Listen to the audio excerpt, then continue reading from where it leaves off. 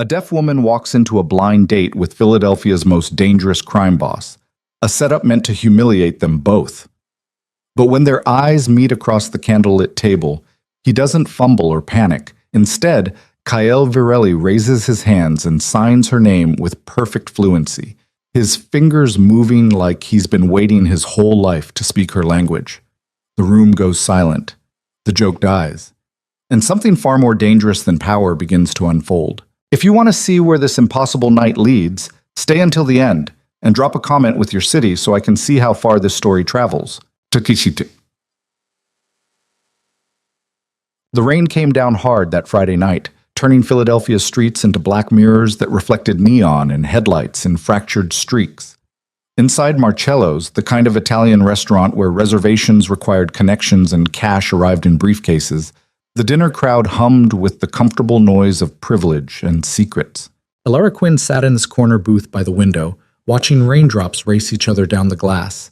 She'd chosen this seat deliberately, back to the wall, clear view of the entrance, close enough to the exit that she could leave without making a scene if this whole thing went sideways.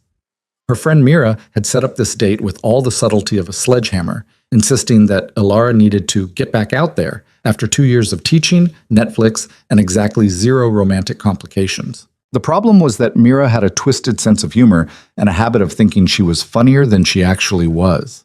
Elara checked her phone. 8:15. He was late. Whoever he was. Mira had been deliberately vague about the details, which should have been a red flag the size of a billboard, but Elara had agreed anyway, mostly because saying no required more energy than showing up, sitting through an awkward hour, and going home to her cat. She adjusted the napkin in her lap and took a sip of water, watching the bartender shake a cocktail with the kind of aggressive confidence that suggested he'd done this 10,000 times and would do it 10,000 more. The restaurant's ambient noise, the clatter of silverware, the murmur of conversation, the soft jazz bleeding from hidden speakers, was completely lost on her. She'd been deaf since she was 7, the result of meningitis that had ravaged through her system like wildfire, leaving silence in its wake. Most people, when they found out, did one of 2 things. They either started shouting at her like volume could bridge the gap, or they got awkward and weird, suddenly self-conscious about every word. Elara had learned to spot both types within 30 seconds of meeting them. The door opened. A gust of wet wind pushed into the restaurant, carrying the smell of rain and exhaust. Elara didn't notice the temperature drop or the sudden shift in the room's energy, but she noticed the bartender's face go still. She noticed the waitress freeze mid-step, tray balanced on one hand. She noticed the couple at the next table lean closer together, their conversation dying mid-sentence. Then she saw him. Kael Virelli walked through Marcello's like he owned it. Not with arrogance, but with the kind of quiet authority that didn't need announcement. He was tall, broad-shouldered, dressed in a charcoal suit that probably cost more than Elara's monthly rent. His dark hair was slicked back, still wet from the rain, and his face carried the kind of hard angles that looked carved rather than born.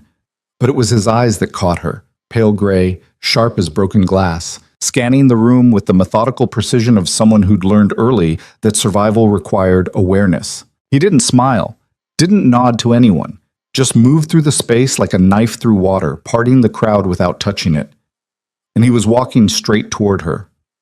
Elara's stomach dropped. No, absolutely not. This had to be a mistake. Mira wouldn't. She couldn't. But even as the denial formed, she saw the recognition flicker across his face, a slight narrowing of those cold eyes, a fractional pause in his stride that confirmed what she already knew. This was her date. Mira had set her up with Kael Virelli. Elara had never met the man, but she knew the name. Everyone in Philadelphia knew the name. He was the kind of person newspapers wrote about in careful language, the kind prosecutors couldn't touch despite decades of trying. He ran things. Exactly what things depended on who you asked and how much they valued their kneecaps. But the consensus was clear. Kael Virelli was not someone you wanted to be near.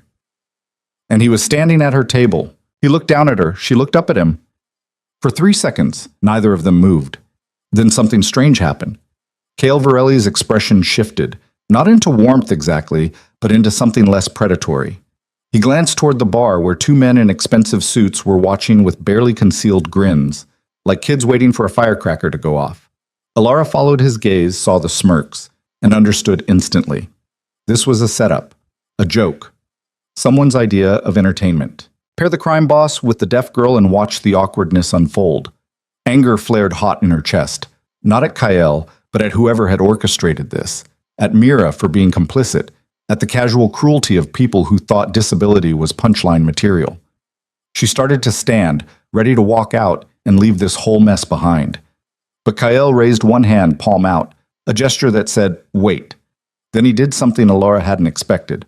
He sat down across from her, unbuttoned his jacket with deliberate care, and met her eyes with an intensity that pinned her in place. His hands came up, fingers poised, and he signed with perfect, fluid clarity. "My name is Kyle. I'm sorry about this." Alara's breath caught. She stared at him, her brain struggling to process what she'd just seen. His signing wasn't hesitant or clumsy. It was fluent, natural, the kind of proficiency that came from years of use, not a weekend crash course. She glanced past him toward the bar. The smirks had vanished. The two men were leaning forward now, confusion replacing their amusement. Alara looked back at Kyle. His expression hadn't changed, still guarded, still unreadable, but his hands moved again. "If you want to leave, I understand. But if you're willing to stay, I promise this won't be what they thought it would be." She should have left. Every rational part of her brain screamed that staying at a table with a man like Kyle Varelli was a monumentally stupid decision, but something in the way he signed, the precision, the respect embedded in every gesture, made her pause. She signed back, "Why do you know ASL?" For the first time, something flickered behind those cold eyes. Not warmth, but something rawer, older. "I had someone who needed it," he signed, "a long time ago." The restaurant's noise pressed against them, invisible to Alara, irrelevant to Kyle. Around them, the dinner crowd began to move again, conversations resuming in careful whispers. But at their table, silence reigned. Not the empty kind, the full kind. Alara made a decision. She sat back down, folded her hands on the table, and signed. "Okay, let's see where this goes." Kale's mouth twitched, not quite a smile, but close. He gestured to the waiter, who approached with visible nervousness, and pointed to the wine list. The waiter nodded rapidly and disappeared. Then Kyle turned back to Alara, and his hands began to move. "Tell me something," he signed. "Do people usually underestimate you?" She almost laughed. "Every single day." "Good," he signed. "Me too." The wine arrived, a bottle of something Italian, and probably expensive. The waiter poured with shaking hands, set the bottle down, and fled. Kyle ignored his glass. So did Alara. "What do you do?" he asked. "I teach," she signed. "Deaf children, grades 3 through 5. Something shifted in his expression. Interest, maybe, or recognition. "That's important work." "It is," she agreed. "What do you do?" The corner of his mouth lifted. "I solve problems." "What kind of problems?" "The kind most people don't want to think about." "Fair enough." Alara leaned back, studying him. He didn't fidget, didn't look away, just held her gaze with the same intensity he'd had since sitting down, like she was a puzzle he intended to solve. "Why did you agree to this?" she asked. "The date." "I didn't," he signed. "My associate thought it would be funny." "He's an idiot." "My friend thought the same thing," Alara signed. "She's also an idiot. Seems like we both need better people in our lives." "Seems like." They sat in silence for a moment, the kind that didn't need filling. Then Kyle's hands moved again, slower this time. "Can I ask you something?" "You just did," she signed, "but go ahead. Do you ever get tired of people treating you like you're fragile?" The question hit harder than she expected. Alara took a breath, considering her answer. "Every day?" she finally signed. "But I've learned that people's assumptions say more about them than about me." Kyle nodded slowly. "I've learned the same thing, different reasons, same conclusion." "What reasons?" "People see what they want to see," he signed. "They look at me and see something dangerous, something to fear. And maybe they're right, but it's not the whole story. What's the rest of the story?" He didn't answer immediately. Instead, he reached for his wine glass, took a sip, and set it down with careful precision. When his hands came back up, they moved with something close to hesitation, a crack in the armor. "I had a sister," he signed. "Younger than me by 3 years. She was born deaf. My parents didn't know what to do with her. They loved her, but they didn't understand her. So I learned. I was 8 years old and I learned sign language so she wouldn't be alone. Alara's chest tightened. Where is she now? Gone, he signed, 15 years ago. Complications from surgery that should have been routine. I'm sorry. Don't be, he signed, but there was no harshness in it. She taught me more about strength in 10 years than anyone else has in a lifetime. Alara didn't offer platitudes. She understood loss well enough to know they were useless. Instead, she signed, What was her name? Mira. Alara blinked. My friend, the one who set this up, her name is Mira. Kael's expression darkened. That's either a strange coincidence or someone's idea of a sick joke. Knowing my friend, probably both. The waiter returned, hovering nervously at a distance until Kael waved him over. They ordered, Alara choosing the first thing her eyes landed on, Kael ordering something in rapid Italian that made the waiter's eyebrows climb toward his hairline. When they were alone again, Kael's hands moved. After she died, I stopped signing. Couldn't do it. Every gesture reminded me of her, and I wasn't strong enough to handle that. So I buried her, moved forward. What changed? Nothing, he signed. Until tonight. I walked in here, saw you, and my hands remembered before my brain could stop them. Alara's throat felt tight. She reached for her water glass, took a long sip, and tried to organize the chaos in her head. This wasn't how tonight was supposed to go. This wasn't how anything was supposed to go.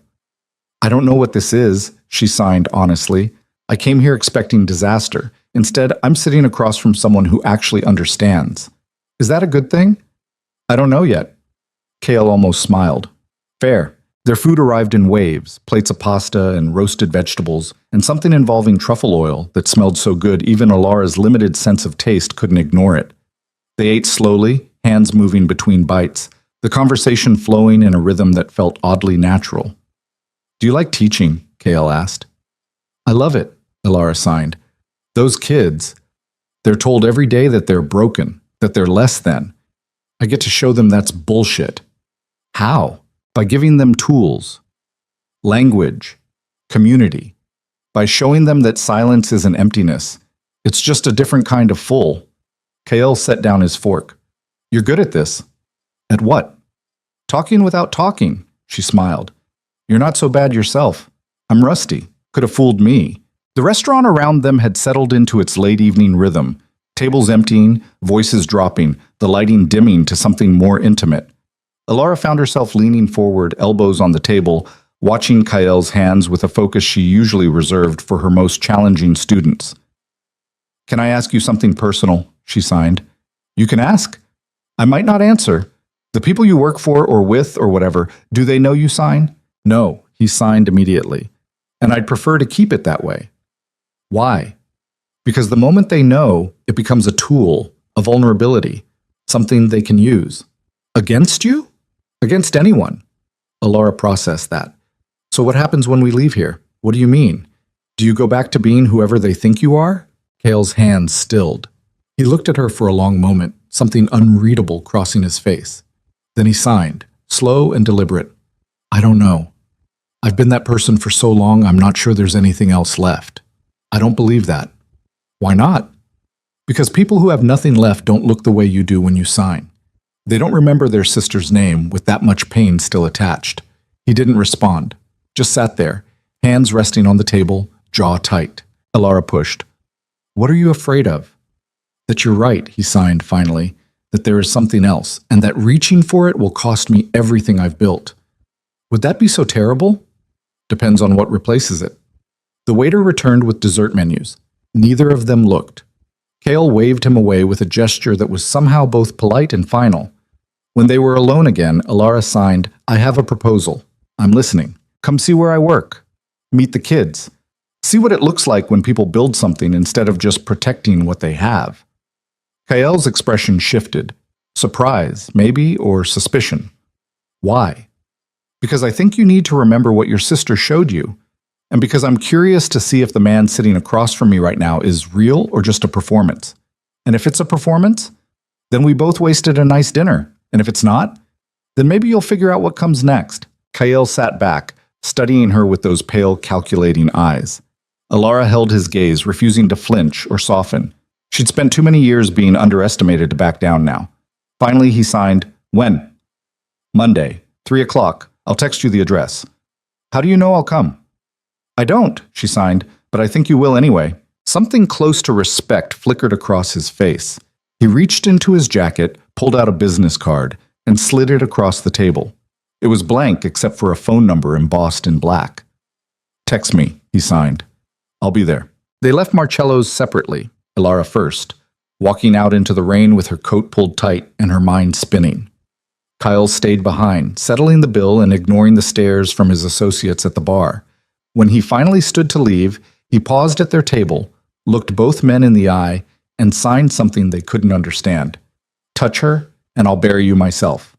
They didn't understand the words, but they understood the tone. Ilara made it 3 blocks before she had to stop, leaning against a brick wall as the adrenaline drained out of her system. Her hands were shaking, not from fear, from something else entirely, something that felt dangerously close to hope. She pulled out her phone and texted Mira, "We need to talk. Tomorrow. My place. Bring wine and an explanation." The response came immediately. OMG, how was it? Ilara didn't answer. Instead, she opened her contacts, added Kael's number, and typed out a single message. Monday, 3 p.m. Riverside Elementary. Don't be late. She hit send before she could second-guess herself. The rain had softened to a drizzle by the time she reached her apartment, a third-floor walk-up in a neighborhood that was trying hard to be gentrified and failing spectacularly. Her cat, an orange tabby named Dickens, greeted her at the door with his usual indifference. Ilara fed him, changed into sweats, and collapsed onto her couch. The silence of her apartment pressed against her, familiar, comfortable, safe. But for the first time in years, it felt incomplete, like she'd left something behind at that restaurant, something she hadn't even known she was missing. Her phone buzzed. She picked it up, expecting Mira's inevitable barrage of follow-up questions. Instead, it was a text from Kael's number. I'll be there. 3 words. Nothing more. Ilara stared at the screen until it went dark, then set the phone down and closed her eyes. She had no idea what she'd just started, but she knew, with the kind of certainty that lived in her bones, that nothing was going to be the same. Outside, Philadelphia hummed with its usual chaos. Sirens and traffic, and the endless pulse of a city that never quite slept.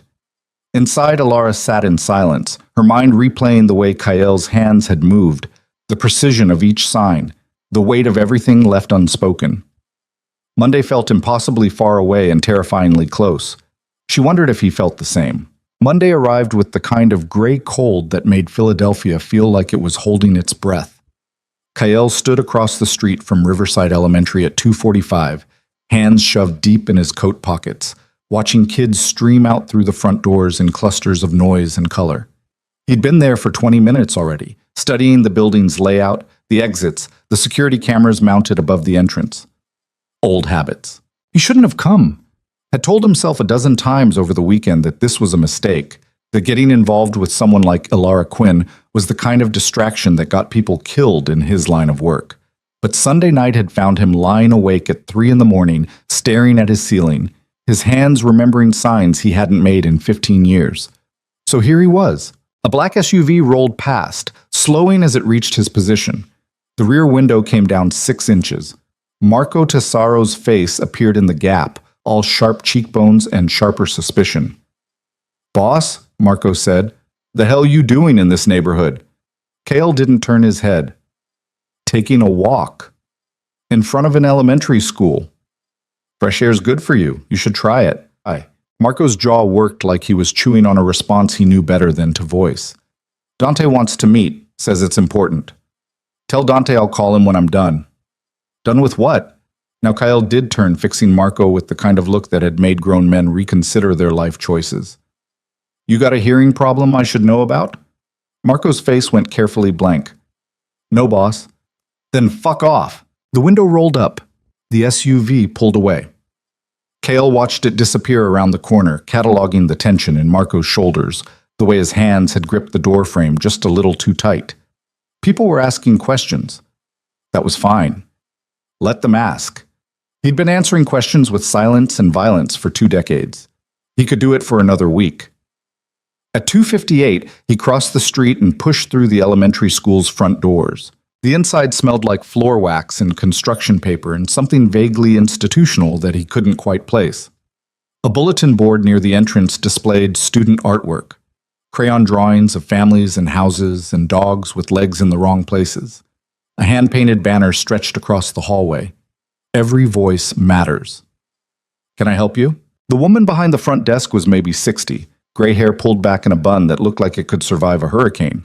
Her eyes swept over Kyle with the kind of assessment that came from 3 decades of dealing with every variety of parent, administrator, and problem that walked through those doors. Kyle reached for his phone, typed quickly, and held up the screen.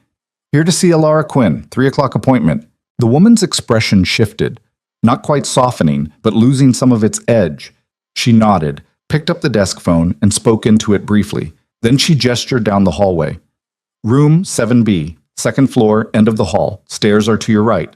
Kyle nodded his thanks and headed for the stairs, hyper-aware of the cameras tracking his movement, the locked classrooms he passed, the emergency exit signs glowing red at regular intervals.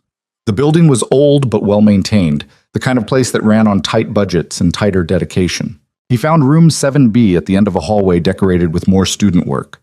Finger paintings, spelling tests with gold stars, photos of field trips to museums and parks. The door was open. Inside, Alara stood at the front of the classroom, her back to him, writing something on the whiteboard in precise, careful letters. Kale stopped in the doorway and waited. Alara must have sensed the change in light or felt the shift in air pressure because she turned. When she saw him, something crossed her face. Surprise, maybe. Or relief. She set down her marker and signed, "You came." "I said I would," he signed back. "People say a lot of things. I'm not most people." She almost smiled. "No, you're really not." The classroom was empty of students, but full of their presence. Desks arranged in a semicircle facing the front, walls covered in visual learning aids, a carpet in the reading corner worn soft from years of use. Everything was labeled in both English and sign language, the photos demonstrating each gesture clear and precise. Alara moved to the nearest desk, leaned against it, and signed, "They'll be here in 5 minutes. There are 8 of them, ages 8 to 10. They're going to stare at you because you're new and kind of intimidating looking." "Kind of?" "Okay, very. But they're also fearless, so don't be surprised if they ask you questions you're not ready to answer." "Like what?" "Like why your suit probably costs more than their parents make in a month, or why you look like you've never smiled in your entire life." Kale's mouth twitched despite himself. "I smile." "When?" "When it's strategically necessary." "That's not smiling. That's tactical manipulation. There's a difference?" This time she did smile, and the expression transformed her face from merely pretty to something that hit him square in the chest. Before he could process that reaction, the sound of footsteps, multiple sets, moving fast, echoed from the hallway. The kids arrived like a storm system, 8 of them, ranging from small to smaller, backpacks bouncing, faces bright with the kind of energy that only existed in people under 4 feet tall. They poured into the classroom, signing to each other in rapid-fire bursts that Kyle struggled to follow, and then every single one of them stopped dead when they saw him. The silence that followed was absolute. Alara stepped forward, her hands moving in clear, deliberate signs. "Everyone, this is my friend Kyle. He's visiting today. Please make him feel welcome." A girl in the front row, maybe 9, with dark curls and suspicious eyes, signed, "Why is he here?" "Because I invited him," Alara signed back. "Why?" "Because sometimes it's good to meet new people." The girl looked Kyle up and down with an expression that suggested she'd seen through about 17 layers of bullshit and wasn't impressed by any of them. "He looks mean." Kyle knelt down, bringing himself to her eye level. "I get that a lot," he signed. "What's your name?" The girl's eyes widened. She glanced at Alara, then back at Kyle. "You sign?" "I do." "How come?" "I had a sister. She was deaf. I learned so we could talk." "Where is she now?" The question hit like a punch. Kyle kept his expression neutral, his hands steady. "She died. A long time ago." The girl processed this with the brutal honesty of someone too young to know that some truths required softening. "That sucks." "Yeah," Kale signed. "It does. My name's Sophia." "Nice to meet you, Sophia." She nodded, apparently satisfied, and moved past him to her desk. The other kids followed her lead, the ice broken, their curiosity overriding their caution. They settled into their seats with the kind of chaotic efficiency that suggested this was a well-established routine. Alara moved to the front of the room, and Kyle retreated to a chair in the back corner, feeling suddenly out of place in a way he hadn't experienced in years. But he stayed, watched, paid attention. The next hour unfolded like nothing Kyle had ever witnessed. Alara taught with the kind of intensity and focus that he recognized from his own work. The absolute commitment to the task at hand, the refusal to accept anything less than full effort. But where his world dealt in fear and control, hers dealt in patience and possibility. She taught them vocabulary, grammar, storytelling techniques. She corrected mistakes without judgment, praised improvements without condescension, and somehow managed to keep 8 kids engaged and focused for 50 straight minutes. Kale found himself leaning forward, watching her hands move, remembering the way his sisters had moved with the same confidence and grace. When Alara called for a break, the kids scattered, some to the reading corner, some to the windows. Sophia straight to Kyle. "You're really good at signing," she signed, planting herself in front of his chair like a tiny interrogator. "I'm rusty," he signed back. "You don't look rusty." "Looks can be deceiving. Ms. Quinn says that a lot." "Ms. Quinn is smart." Sophia glanced over her shoulder at Alara, who was helping another student with something, then back at Kyle. "Do you like her?" Kale blinked. "What? Do you like Miss Quinn? Like her?" "That's a complicated question." "No, it's not. It's yes or no. How old are you?" 9. "Don't change the subject." Kale almost laughed. "Almost? I like her," he signed carefully. "She seems like a good person." "She is," Sophia signed with absolute certainty. "She's the best teacher I've ever had. She doesn't treat us like we're broken." "You're not broken."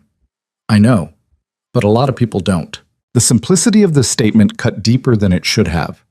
Kyle looked at this 9-year-old girl with her fierce eyes and her unflinching honesty and saw something of his sister in her. The same refusal to be diminished, the same quiet strength. "What do you want to be when you grow up?" he signed. "A lawyer," Sophia signed immediately, "so I can yell at people who are wrong and get paid for it." This time Kyle did laugh, a short, surprise sound that made several kids turn to look. Sophia grinned like she'd won something. The rest of the afternoon passed in a blur of activity. The kids worked on a group project, something involving poster board and markers, and a truly impressive amount of glitter. Kale stayed in his corner, observing, occasionally fielding questions from the bolder students. One boy asked if he was a secret agent. Another asked if his suit was bulletproof. Sophia asked if he'd ever punched anyone, and when Kyle hesitated, nodded like he'd confirmed something she'd already suspected. At 4:30, parents started arriving. They filtered in one by one, signing to their children, offering Kyle polite but curious glances. He recognized the assessment in their eyes. The same calculation everyone made when they saw him. Dangerous. Other. Not one of us. But none of them said anything, just collected their kids and left. By 4:45, the classroom was empty except for Kyle and Alara. She finished erasing the whiteboard, turned, and signed, So what? What did you think? Kale stood, moved to the window, and looked out at the street below. The SUV was back, parked half a block down. Marco, probably, or one of Dante's other watchdogs. Keeping tabs, making sure the boss didn't do anything stupid. Too late for that. Your students are terrifying, he signed. Alara moved to stand beside him. In a good way? In the best way. That girl Sophia, she's going to run the world someday. I know. I tell her that at least once a week. Does she believe you? Not yet, but she will. They stood in silence for a moment, watching the street. Then Alara signed, Can I ask you something? You're going to anyway. Why did you really come today? Kyle turned to face her.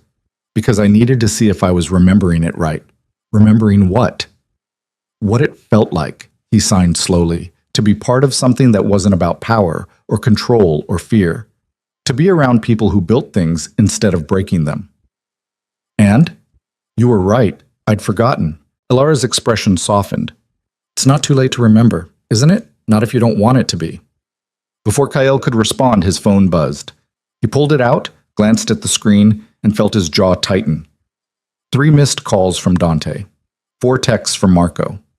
1 from Vincent, his second in command, that just read, "We need to talk. Now. Problem?" Alara signed, "Always." He signed back, "I have to go. Will you come back?" The question hung between them, heavy with implications neither of them was ready to voice. Kyle looked at her, really looked, taking in the hope and caution and something else he didn't have a name for. "Yes," he finally signed. "If you'll have me. Wednesday, same time. I'll be here." He left without another word, taking the stairs 2 at a time, pushing through the front doors into the gray afternoon. The SUV's engine started before he reached the curb. The rear door opened. Kyle climbed in. Marco sat across from him, face carefully neutral. Vincent was in the front passenger seat, turned halfway around, his expression harder to read. "Where have you been?" Vincent asked. "Out? For 3 hours? I wasn't aware I needed to clear my schedule with you." Vincent's eyes narrowed. "Dante's pissed. Says you've been dodging his calls all week." "Dante's always pissed about something." "This is different. He thinks you're distracted." "Dante thinks a lot of things. Most of them are stupid." Marco shifted uncomfortably. Vincent's hand tightened on the seatback. "Boss, with all due respect—" "You want to finish that sentence?" Kyle interrupted, his voice dropping into the register that made people reconsider their choices. "You better be damn sure it ends somewhere you can live with." Vincent held his gaze for 3 seconds, then looked away. "Meeting's at 7, warehouse on Dock Street. Everyone's going to be there." "Fine." "You going to tell us what this is about?" "No." The rest of the ride passed in silence. They dropped Kyle at his apartment, a penthouse in Center City with floor-to-ceiling windows and the kind of sterile luxury that came from having money but no interest in spending it on anything that mattered. He showered, changed into a different suit, and spent 20 minutes staring at his reflection in the bathroom mirror. His hands came up almost unconsciously, signing words to his reflection. "What the hell are you doing?" No answer. Just his own face staring back, looking older and harder than he remembered. At 6:30, his phone rang. Private number. "Yeah. It's me." Dante's voice, rough from 4 decades of cigarettes and shouting. "We need to talk. So talk. Not on the phone. Get to the warehouse early, just you." "Why?" "Because I'm asking nicely, and you know I don't do that often." The line went dead. Kyle stared at the phone for a long moment, then pocketed it and headed for the door. The warehouse on Dock Street was one of 3 properties Kyle owned through a shell corporation nobody could trace back to him. It sat at the edge of the industrial waterfront, surrounded by similar structures in various states of decay. Perfect for meetings that required privacy and plausible deniability. He arrived at 6:45. The main floor was empty, just shadows and the smell of old concrete. A single light burned in the back office. Dante's silhouette filled the doorway. "You're early," Dante said. "You asked me to be."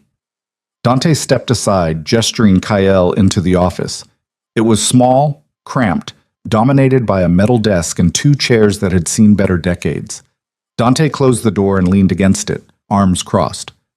"Want to tell me what's going on?" Dante asked. "Not particularly." "Kyle, we've known each other 20 years. I've never seen you like this." "Like what?" "Distracted, absent, soft." The word landed like an accusation. Kale felt something cold settle in his chest. "You think I'm soft?" "I think you're spending your afternoons in elementary schools instead of handling business. I think you're dodging calls from people who expect answers. I think something's changed, and I need to know what it is before it becomes a problem." "It's not a problem." "Then what is it?" Kale met Dante's eyes. The older man had been his mentor once, back when Kyle was 23 and angry and looking for a way to channel all that rage into something productive. Dante had taught him the rules, the hierarchy, the cost of weakness. "It's personal," Kyle said finally. "There's no such thing as personal in our world. You know that." "Maybe I'm tired of that world." The words were out before Kyle could stop them. Dante's expression went very still. "Say that again." "You heard me."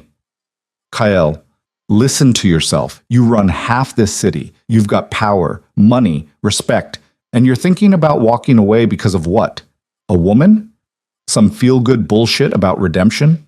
It's not about redemption." "Then what?" Kale struggled to find words that wouldn't sound insane. It's about remembering who I was before all this, before the violence and the fear and the constant goddamn paranoia. I had a sister, Dante. You knew her. She died, and I buried that part of myself because it was easier than feeling it. But now you've met someone who makes you feel things, and suddenly you want to burn down everything you've built? I'm not burning down anything. I'm just exploring options. Dante laughed, but there was no humor in it. Options? Jesus Christ, you sound like a civilian. Maybe that's not the worst thing. It is in this business. Dante pushed off the door, moved closer. You want to know what happens to people like us when we go soft? They get eaten alive. By rivals. By law enforcement. By their own people who smell weakness and decide it's time for new management. I can handle myself. Can you? Because from where I'm standing, you're one bad decision away from getting yourself killed. Or worse, getting all of us killed. That's not going to happen. You don't know that? Dante's voice rose, genuine anger bleeding through his usual control. You think this life comes with an off switch? You think you can just walk away and everything will be fine? There are people in this organization who would gut you the second they thought you were vulnerable. And this, he gestured vaguely, encompassing Kyle's recent absences. This is vulnerability. Kale's hands curled into fists. I'm not vulnerable. Then prove it, tonight. When everyone gets here, you show them the man they know, the one who doesn't flinch, the one who makes the hard calls. You show them that, and maybe we can forget this conversation ever happened. And if I don't? Dante's expression went flat. Then we've got a problem. Footsteps echoed from the main warehouse floor, voices, growing louder. The others were arriving. Think about what I said, Dante murmured, then opened the door and walked out. Kyle stood alone in the office, his reflection staring back from the dark window. Outside, he could hear his people gathering. Marco, Vincent, Tommy Rizzo, and his cousin Frank, Angela Moretti, who ran their financial operations, probably a dozen others, all waiting for him to walk out there and be exactly who they expected. His phone buzzed. A text from Alara. Thank you for today. The kids loved you, especially Sophia. Another text followed immediately. She asked if you're coming back Wednesday. I told her you were. Don't make me a liar. Kale stared at the messages until his vision blurred. Then he walked out into the warehouse. The meeting lasted 2 hours. Dante ran through business, territory disputes, collection issues, a shipment that had gone sideways in Baltimore.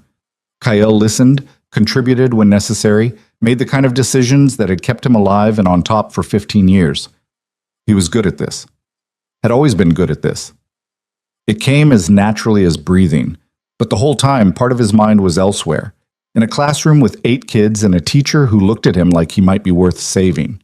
When the meeting broke up, Marco cornered him near the exit. Boss, can I ask you something? Depends on what it is. Marco glanced around, making sure they were alone. That woman from Friday night, the dinner. You seen her? Every instinct Kyle had screamed danger. Admitting to Marco meant admitting to everyone, and everyone meant vulnerability, leverage, risk. But he was tired of lying. Yeah, he said. I am. Marco's expression cycled through surprise, confusion, and something that might have been concern. Does she know what you do? She knows enough.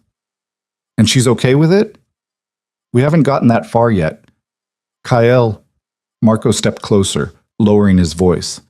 I've known you a long time, and I've never seen you like this. Whatever this is, whatever you're feeling, you need to be careful. There are people who'd use that against you. I know. Do you? Because Dante's already talking, and if he's talking, others are listening. Let them talk. It's not that simple. You taught me that. You taught all of us that weakness gets punished in this business. She's not weakness. Maybe not to you, but to them. Marco gestured vaguely toward the warehouse. She's a target. The second they figure out you care about something, they'll use it. You know they will. Kale did know. Had used that exact tactic himself more times than he could count. Find what someone loves, threaten it, watch them break. I'll handle it, he said. How? I don't know yet, but I will. Marco looked like he wanted to argue further, but something in Kyle's expression stopped him. He nodded once and walked away. Kyle stood in the empty warehouse for another 10 minutes, listening to the building settle, feeling the weight of every decision he'd made pressing down on his shoulders. His phone buzzed again. Another text from Alara. Forgot to ask, do you like coffee? There's a place near the school. We could grab some after Wednesday if you're free. Such a simple question, such a normal question. The kind of thing normal people asked each other every day without having to calculate the tactical implications or assess the potential collateral damage. Kale typed out a response. I like coffee. Wednesday sounds good. He hit send before he could second guess it. The walk back to his car took him past the waterfront, where the Delaware River moved slow and dark under the city lights. He stopped at the railing, looking out at the water, and for the first time in 15 years allowed himself to imagine a different life. A life where he could walk into a coffee shop without cataloging exits, where he could meet someone without running background checks, where the hardest decision of his day was what to order, not who to hurt. His hands came up, signing into the empty air. What would you tell me to do? The question was aimed at his sister, at the ghost of a girl who'd been gone longer than she'd been alive, at the memory of someone who'd once believed he could be good. The river had no answers, just kept flowing, indifferent to his crisis. Kale's phone rang. Vincent. What? We've got a situation. North side. Someone's moving product in our territory without clearance. Back to reality. Back to the world that made sense, where the rules were clear and the consequences absolute. Handle it, Kale said. You don't want to be there? No, you're capable. Take Marco. Make it clean. A pause. You sure? I'm sure. He hung up before Vincent could question him further. Wednesday. He just had to make it to Wednesday. The next 2 days crawled past like punishment. Kale handled business on autopilot. Meetings with lawyers, discussions with accountants, a brief but pointed conversation with a councilman who'd forgotten which pocket he was supposed to be in. Everything functioned exactly as it was designed to function. Smooth, efficient, brutal when necessary.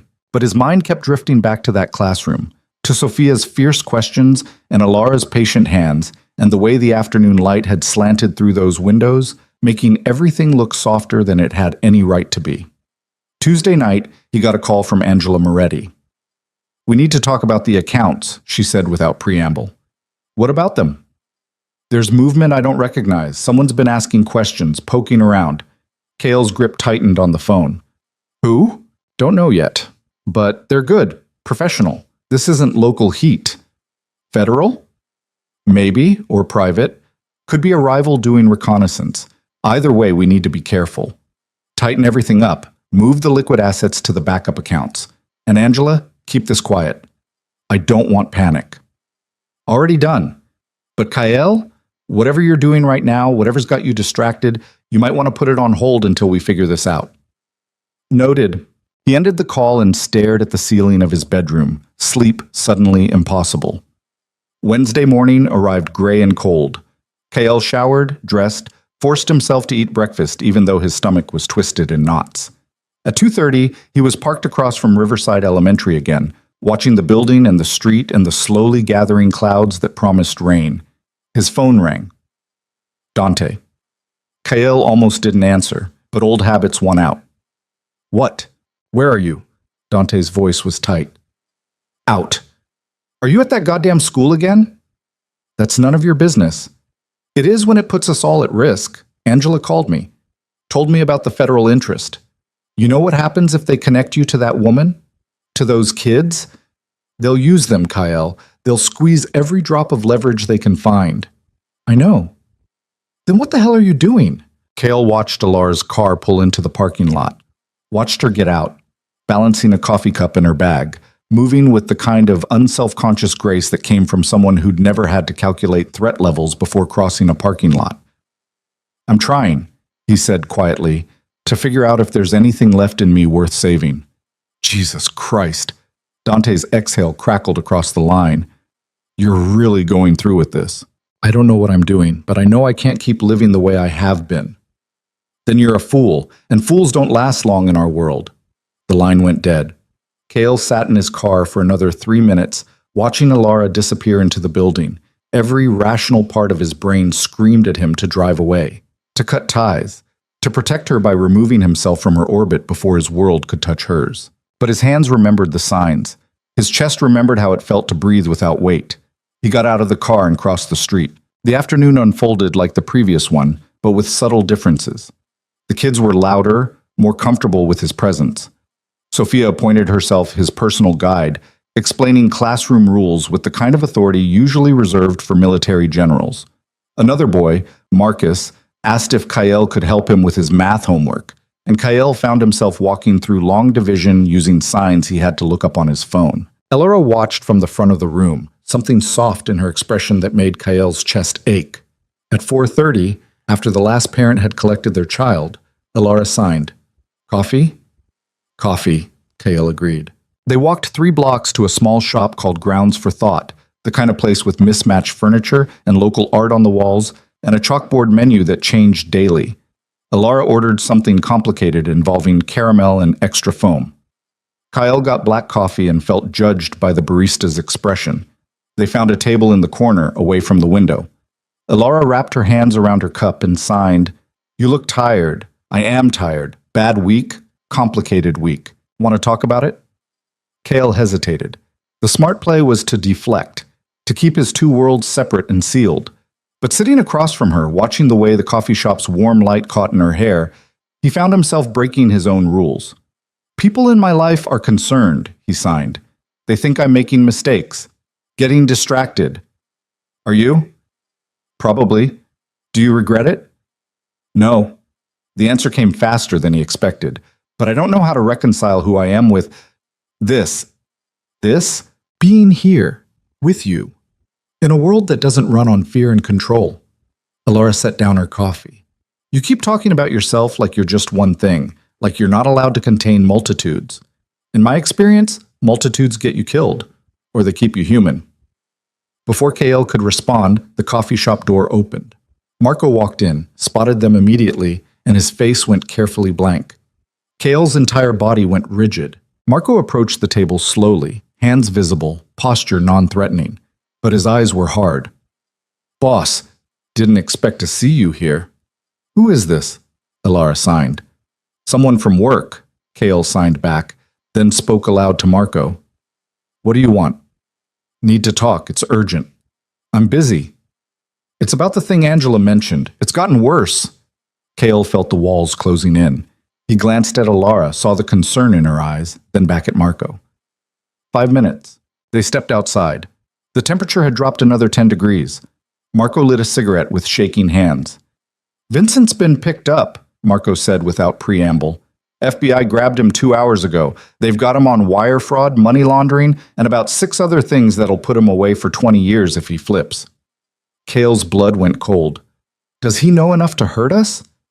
"He knows enough to hurt you, directly." "Shit. It gets worse. Dante called a meeting for tonight. Emergency session. He's saying you need to consolidate, tighten up, cut any liabilities." The way Marco said liabilities made Kyle's jaw clench. "You mean what I think he means?" He didn't say it explicitly, but yeah, I think he means anyone who could be used against you, anyone who makes you vulnerable. Kale looked through the coffee shop window. Elora was signing something into her phone, probably texting a friend, completely unaware that she'd just been classified as a threat to be eliminated. "Tell Dante I'll be there," Kyle said. "And her?" "She's not part of this." "She is now. The second you walked into that coffee shop with her, she became part of it. You know how this works, Kyle. You taught me how this works." "I'll handle it." "How?" "Because right now, the only way to handle this that Dante's going to accept is to cut ties. Completely. And if you won't do it willingly..." "Marco." Kale's voice dropped to something dangerous. "You finish that sentence and we're going to have a serious problem." Marco took a long drag on his cigarette. "I'm trying to help you. I'm trying to keep you alive, but you're making it really goddamn hard." "Noted. Meetings at what time?" 9. Dock Street again. "I'll be there." Marco flicked his cigarette into the gutter and walked away without another word. Kyle stood on the sidewalk, hands shoved in his pockets, feeling the world he'd built pressing against the world he wanted. Mutually exclusive, incompatible. One of them had to give. He went back inside. Elora looked up, signing, "Everything okay?" "No," he signed honestly. "But it will be." "That didn't look like nothing. It's work stuff, complicated. Does it have to do with me?" The question landed like a blade. Kyle could have lied. Should have lied. Instead, he signed, "Yes." I'm making things difficult for you. You're making things clearer for me. There's a difference. KL. I don't know what world you live in. You haven't told me, and I haven't pushed, but I'm not stupid. I can see that you're carrying something heavy. And I need to know, is being around me putting you in danger? Maybe. Then why are you here? Kael met her eyes. Because for the first time in 15 years, I feel like I'm moving towards something instead of just running from it. Alara reached across the table, her hand stopping just short of his, not quite touching. A question in the gesture. Kael looked at her hand, at the gap between them, at everything that simple contact would mean. Then he closed the distance. Her skin was warm, her fingers strong, and for one crystalline moment, everything else fell away. They sat like that for maybe 30 seconds before Kael's phone started buzzing. He pulled it out, saw 6 texts from Dante and 3 missed calls from Angela, and knew his time was up. I have to go, he signed. When will I see you again? I don't know. Soon. I hope. Kael. She tightened her grip on his hand. Whatever's happening, whatever you're dealing with, be careful. I will. Promise. I promise. He stood, pulled on his coat, and walked out into the gathering dark. The temperature had dropped another 5 degrees. The first drops of rain were starting to fall. By the time he reached his car, it was pouring. The warehouse was already full when Kael arrived at 8:50. Every major player in his organization was there. Faces grim, postures tense. Dante stood at the center, arms crossed, radiating fury barely held in check. You're late, Dante said. I'm here. Talk. Dante gestured to Angela, who stepped forward with a tablet. Vincent flipped, gave them everything. Names, accounts, locations. We've got maybe 48 hours before they start executing warrants. The room erupted in angry voices. Kyle raised one hand, and silence fell instantly. What's the exposure? He asked. Total, Angela said. Every account I manage is compromised. We need to liquidate and move. Tonight. Do it. What else? They're looking at you specifically. Vincent gave them a direct line from the money to your door. If they bring RICO charges, I know what RICO means, Kyle interrupted. What's the timeline? Maybe a week, maybe less if they move fast. Kale processed this, calculating odds and options. Around him, his people waited for orders, for leadership, for him to be exactly who they needed him to be. All right, he said. Here's what we're going to do. Angela, liquidate everything. Move it to the secondary and tertiary accounts. Nothing traceable. Marco, you and Tommy handle physical assets. Get them off property and into storage. Use the Pennsylvania locations, not Jersey. Dante. We need to talk about your situation, Dante interrupted. What situation? The woman, the school teacher. If the feds are building a case on you, she becomes leverage. They'll use her to pressure you. Or worse, they'll dig into her life and find ways to connect her to our business. She's not connected to our business. She is, if you keep seeing her. Dante's voice rose. Jesus Christ, Kale. For once in your life, think strategically. You want to protect her? Cut ties. Disappear from her world. It's the only way to keep her safe. Kale felt every eye in the room on him, felt the weight of their expectations, their judgments, their need for him to be the man who made the hard calls. No, he said quietly. What? I said no. Dante's face went red. You're choosing her over this? Over us? Over everything we've built? I'm choosing to stop living like every human connection is a tactical liability. I'm choosing to be more than the sum of my worst decisions. That's suicide. Maybe, but it's my choice to make. The warehouse went dead silent. Kale could feel the shift in the room, confusion, anger, something that might have been respect. Marco looked like he was about to be sick. Angela's expression was unreadable. Dante stepped closer, lowering his voice to something almost gentle. Kael, listen to me. I've known you since you were a kid. I watched you build this. I watched you survive things that would have broken other men. But this is going to destroy you. And when you fall, you're taking all of us with you. Then maybe it's time for something new. There is no something new. There's this world or there's nothing. And if you choose nothing, you don't get to walk away clean. You know that. Kael did know that, had always known that. The life he'd chosen didn't come with exit ramps or happy endings. It came with consequences. but for the first time, he was willing to face them. "Meeting's over," he said. "Everyone knows their assignments. Execute them." "And Dante?" "Yeah?" "If anything happens to Alara Quinn, if anyone in this organization or outside it so much as looks at her wrong, there won't be enough of you left to identify. Are we clear?" Dante's jaw worked. Crystal. Kael walked out without another word. The rain had intensified to a full storm by the time he reached his car. He sat behind the wheel, engine off, watching water stream down the windshield in sheets. His phone buzzed. A text from Alara. "Did everything work out?" Kyle stared at the message. 3 words. So simple. So impossibly complicated. He typed, "Not yet, but it will." Then he added, "Can I see you tomorrow?" The response came immediately. "Yes." "Where?" "Your place. If that's okay." "We need to talk." A pause. Then, "That sounds ominous. It's important." "Okay, tomorrow." 7? "I'll be there." Kale set the phone down and finally started the engine. The drive back to his apartment took twice as long as usual, the storm snarling traffic into gridlock. By the time he made it home, it was past midnight.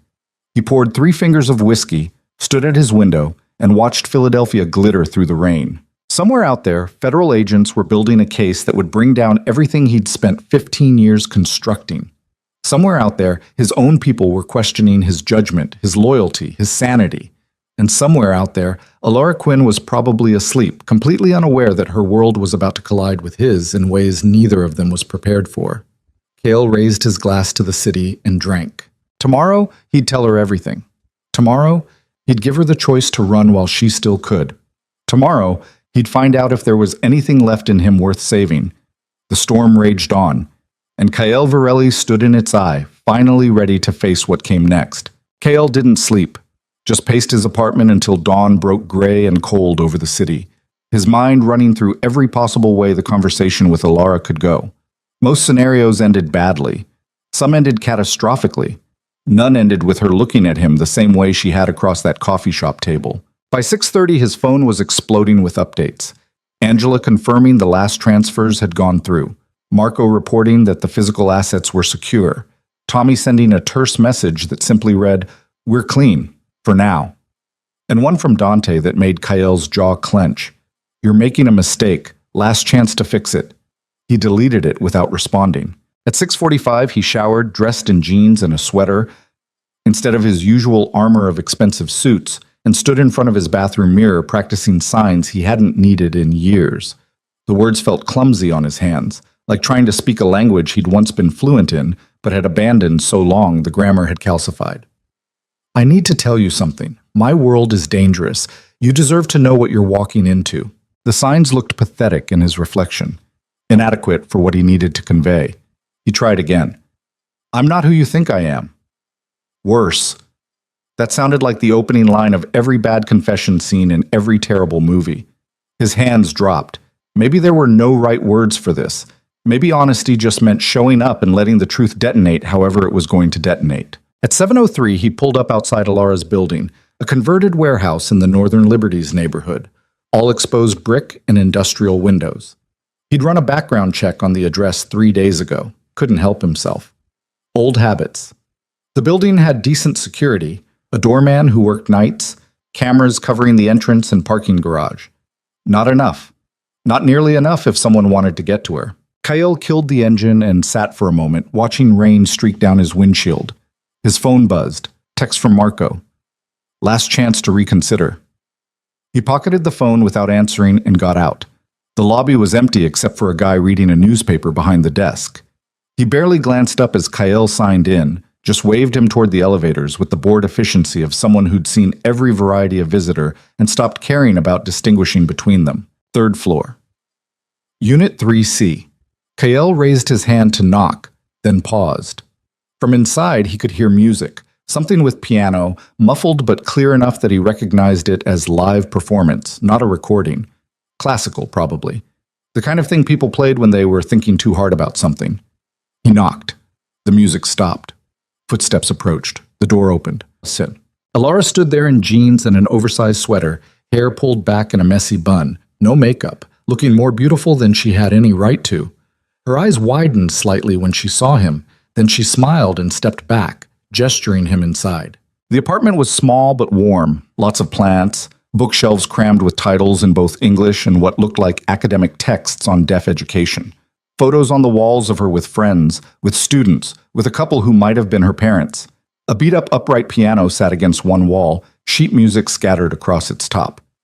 "You play?" Kael signed. "Learned when I was a kid, before I lost my hearing," Ilara signed back. "Kept playing after.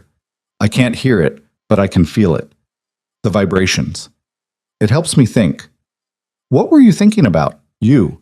This conversation you said we needed to have. No point in delaying." Kael moved to the couch, sat down, and waited for Ilara to join him. She curled into the opposite corner, tucked her feet under her, and watched him with those steady, intelligent eyes that had stopped him cold that first night at Marcello's. "I need to tell you what I do," he signed. "Who I am. And then you need to decide if you want me anywhere near your life." "Okay," she signed simply. No fear, no hesitation, just attention. Kael took a breath and started signing. "I run a criminal organization, have for 15 years. We handle things that exist in the gray areas between legal and illegal. Sometimes we cross way over into illegal. Money laundering, loan sharking, protection. I've hurt people, ordered people hurt, made decisions that would put me in prison for the rest of my life if the wrong person ever got enough evidence." Ilara's expression didn't change.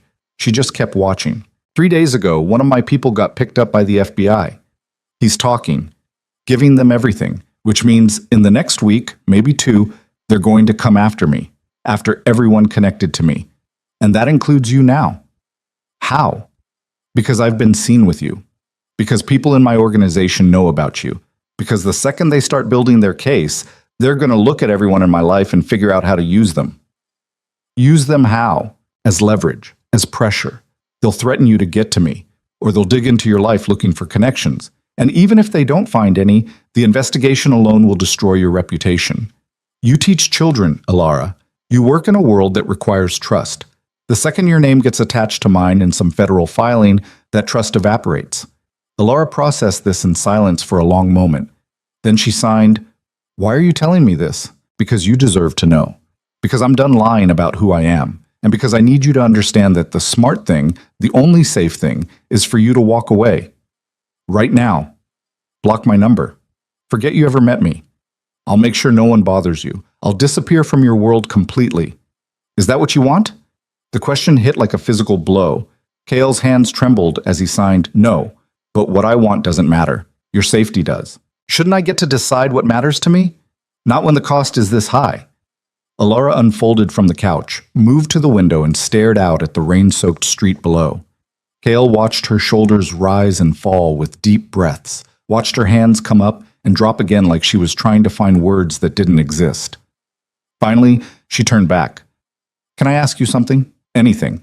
The man you are when you're in that classroom with those kids, is he real?" Kael didn't hesitate. "Yes. And the man who runs this organization, who makes these terrible decisions, is he real too?" "Yes. So which one am I supposed to believe?" "Both. I'm not asking you to ignore half of who I am. I'm asking you to see all of it and make a choice based on the whole picture." Ilara crossed her arms, and for the first time since he'd met her, Kael saw anger flash across her face. "You know what's insulting? You showing up here, dumping all this on me, and then immediately telling me to run, like I'm some fragile thing that can't handle complexity. Like I haven't spent my entire life navigating a world that treats me as less than capable. That's not what I'm doing, isn't it? You're making my decision for me. You're deciding I can't handle the risk, can't handle the truth, can't handle you. I'm trying to protect you. I don't need your protection. I need your honesty, which you just gave me. Thank you. And now I need you to respect me enough to let me decide what I do with it." The force of her signing, sharp, precise, angry, made Kael lean back. He'd faced down armed men without flinching, but Ilara Quinn in full fury was something else entirely. "Okay," he signed. "You're right. I'm sorry. Don't apologize. Just stop treating me like I'm made of glass." "Fair." They stared at each other across the small apartment. Outside, the rain intensified, drumming against the windows hard enough that Kael could feel the vibrations through the floor. Ilara must have felt them too, because she glanced toward the glass, then back at him. "I need time," she signed, "to think about this, about what it means. Take all the time you need. Will you be honest with me, going forward, about everything?" "Yes. Even when it's ugly, especially then." Ilara nodded slowly. Then she signed something that made Kael's chest constrict. "I don't scare easily, and I don't break as easily as you think I do. But I need to understand what I'm signing up for, so I need you to go. And I need you to give me space to figure this out." Kael stood. Every instinct screamed at him to argue, to push, to make her understand that space was a luxury neither of them had. But he'd just promised honesty and respect, and that started with listening. "How long?" he signed. "I don't know. I'll text you." "Ilara, go. Please." He went. The elevator ride down felt like descending into cold water. Kael hit the lobby, nodded to the disinterested doorman, and pushed out into the rain. It soaked through his jacket immediately, but he barely noticed. Just walked to his car, got in, and sat there with water dripping from his hair, his hands gripping the steering wheel hard enough to hurt. His phone rang. Unknown number. He answered. "Yeah, Mr. Varelli?" A woman's voice. Professional, clipped. "This is Special Agent Rebecca Torres, FBI. I think we should talk." Every muscle in Kael's body went rigid. "I have nothing to say to you." "That's fine. You don't have to say anything, but you should listen. We picked up Vincent Castellano 3 days ago. He's been very cooperative, very detailed. We know about the accounts, the properties, the network. We know enough to bring RICO charges that'll put you away for 25 to life. Then why are you calling me?" "Because I'm not interested in you. I'm interested in the people above you, the ones pulling strings you don't even know exist. And I think you might be interested in them too." Kael's mind raced. "I don't know what you're talking about." "Sure you don't. Here's what I know, Mr. Varelli. You've been running your operation for 15 years, clean, efficient, smart. But your middle management pretending to be the king. Someone's been feeding you resources, intel, protection. Someone with reach you can't match. And I think recently you've started to figure that out." She was fishing. Had to be. Except the cold certainty in his gut said she wasn't. "I'm hanging up now," Kael said. "One more thing. We've been watching you, including your visits to Riverside Elementary, including your coffee dates with Miss Quinn. Pretty teacher, seems like a good person. Be a shame if she got caught up in all this." The threat was clear. Kael's free hand clenched into a fist. "You go near her." "I don't have to. You already did that yourself. But here's the thing. I can make sure she stays out of this. Completely. No subpoenas, no interviews, no investigation into her background or associations. All you have to do is talk to me." "And give you what?" "Names, connections. The people above you." "I know they exist, Mr. Varelli. Vincent confirmed it before he stopped talking. Said you take orders from someone. Said there's a whole network you're part of that you barely understand. Give me that network, and I'll make sure Ilara Quinn never knows any of this happened." Kael closed his eyes. "I need time to think. You have 48 hours.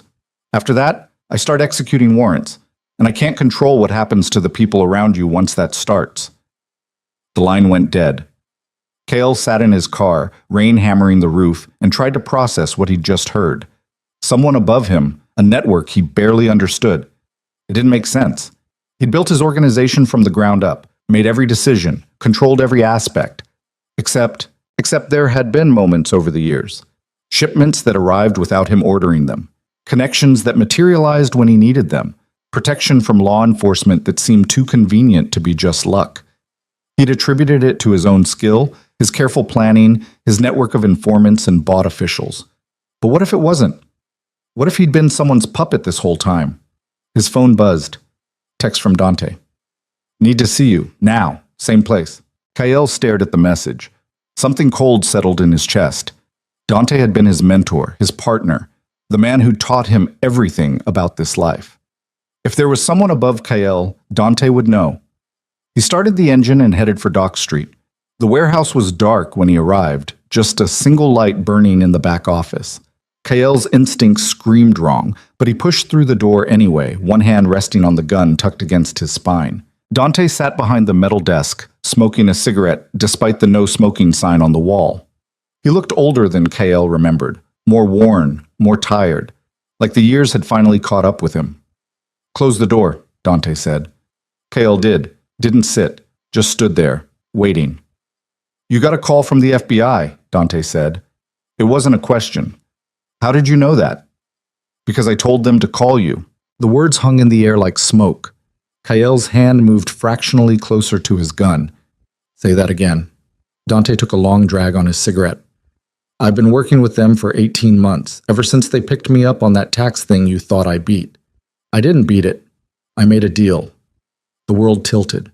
Kael grabbed the back of the chair to steady himself. You're lying. I wish I was. But no, I'm a confidential informant. Have been for a year and a half, feeding them just enough to keep them happy, just enough to keep you operating so they could build a bigger case. You son of a bitch. I didn't have a choice. Dante's voice rose, cracking. They had me dead to rights. 15 counts of tax evasion, another 10 of wire fraud. I was looking at 30 years. I'm 63 years old, Kael. I wasn't going to die in prison. So you sold me out instead.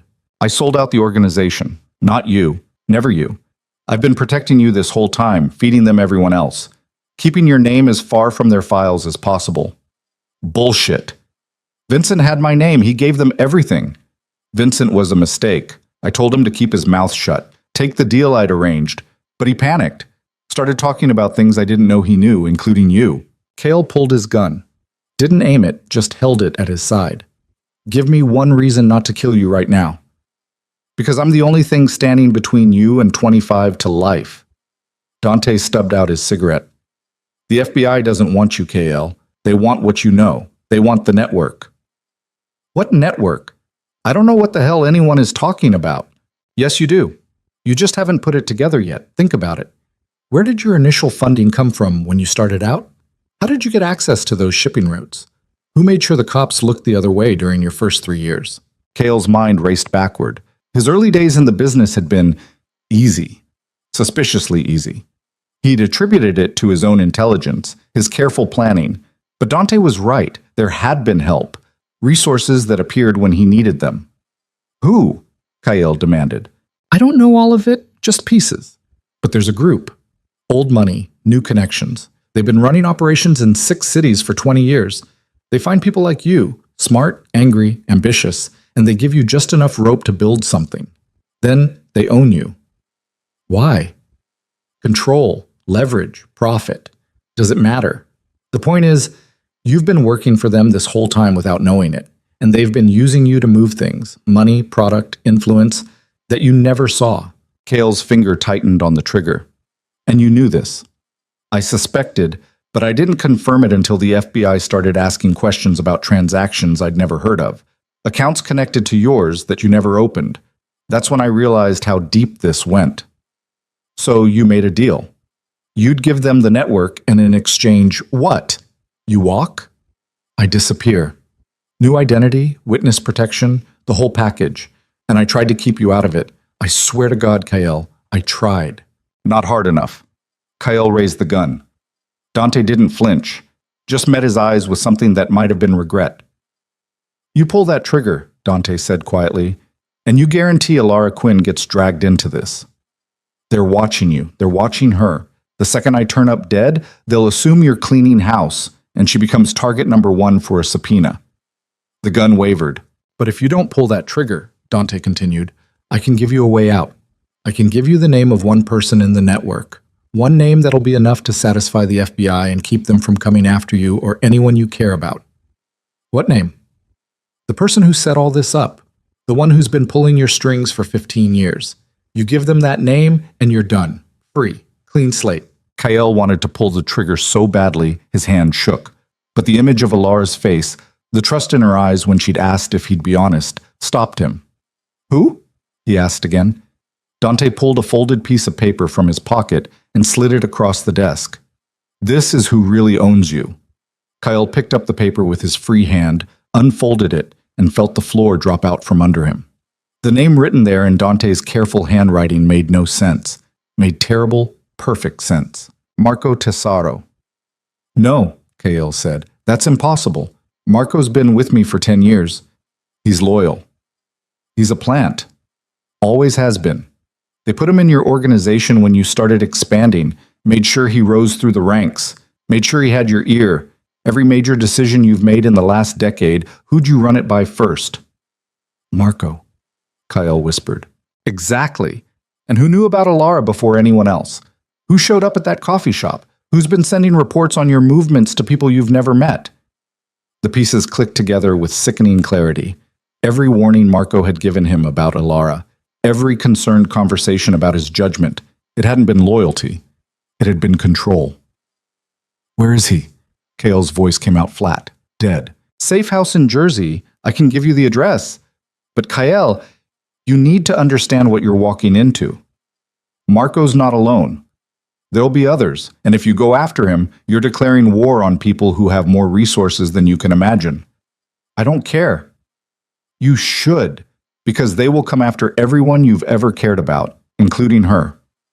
Kyle lowered the gun, tucked it back into his waistband. Give me the address. Dante wrote it down, slid it across the desk. What are you going to do? What I should have done years ago. Stop letting other people run my life. That's suicide. Probably.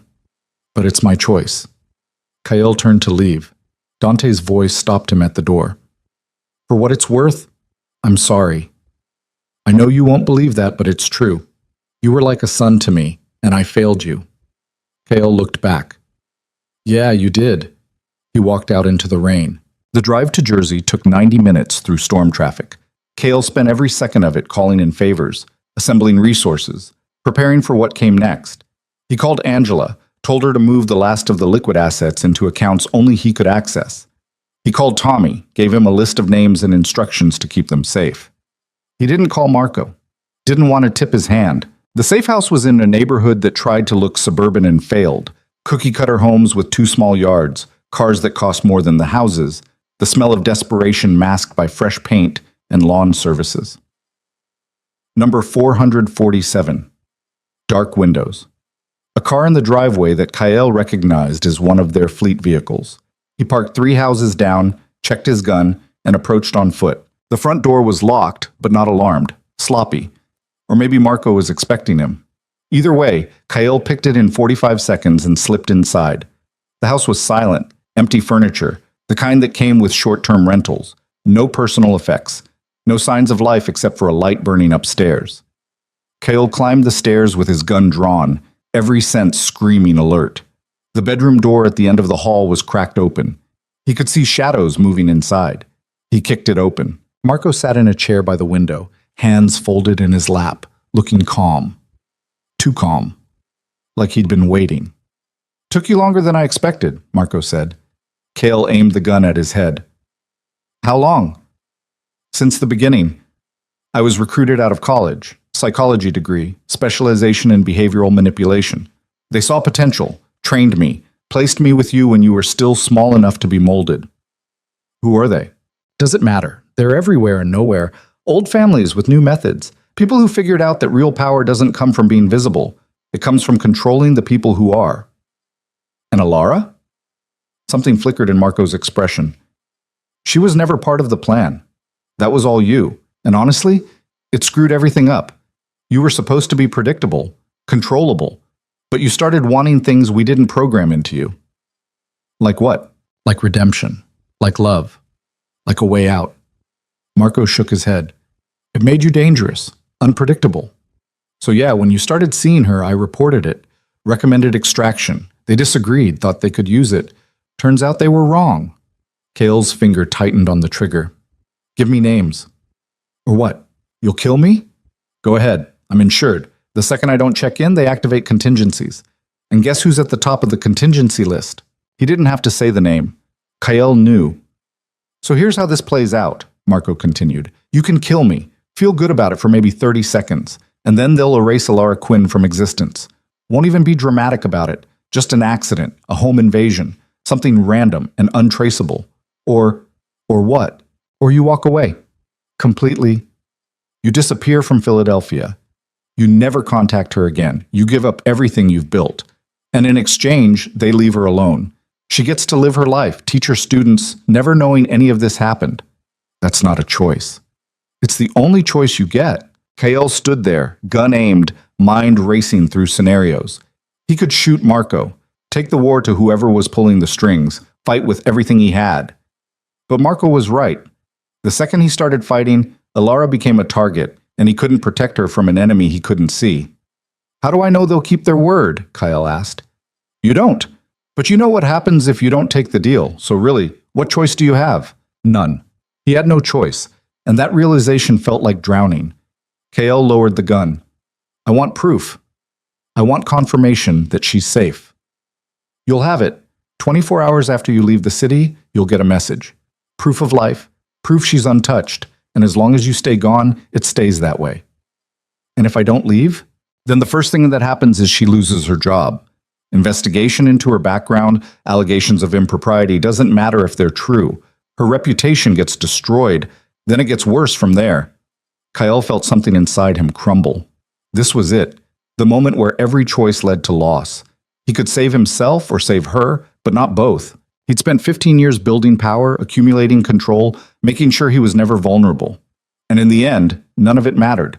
Because the second he cared about something more than his own survival, all that power became meaningless. I need to see her, Kyle said. One last time. No. I'm not asking. Marco's expression hardened. You see her, you risk changing her behavior, making her suspicious, making her a problem. You want her safe? You disappear. Tonight. No goodbyes, no explanations. You just vanish. She deserves better than that. She deserves to live. You going to take that from her because you can't handle a clean break? The question landed like a blade between his ribs. Kyle stood there, gun hanging useless at his side, and felt the full weight of what he'd become. A man so compromised, so embedded in a world of violence and manipulation that even his attempt at something good had turned toxic. Fine, he said finally. I'll go, but I need one thing from you. What? You make sure someone watches over her. Not obviously, not intrusively, but someone who makes sure she stays safe. Real safe. Not just from your people, but from everyone. That's not how this works. Make it how this works, or I start shooting and see how many of you I can take down before the contingencies activate. Marco studied him for a long moment, then nodded. Okay, you have my word, someone will watch over her. Your word means nothing to me. Then you'll just have to trust that it's in our interest to keep her safe. Because if something happens to her, you become unpredictable again, and we've invested too much in controlling you to let that happen. Kale turned toward the door, stopped. Tell me something, was any of it real? The mentorship from Dante? The brotherhood with the others? Any of it? Does it matter? Yeah, it does. Marco sighed. Some of it. People are complicated.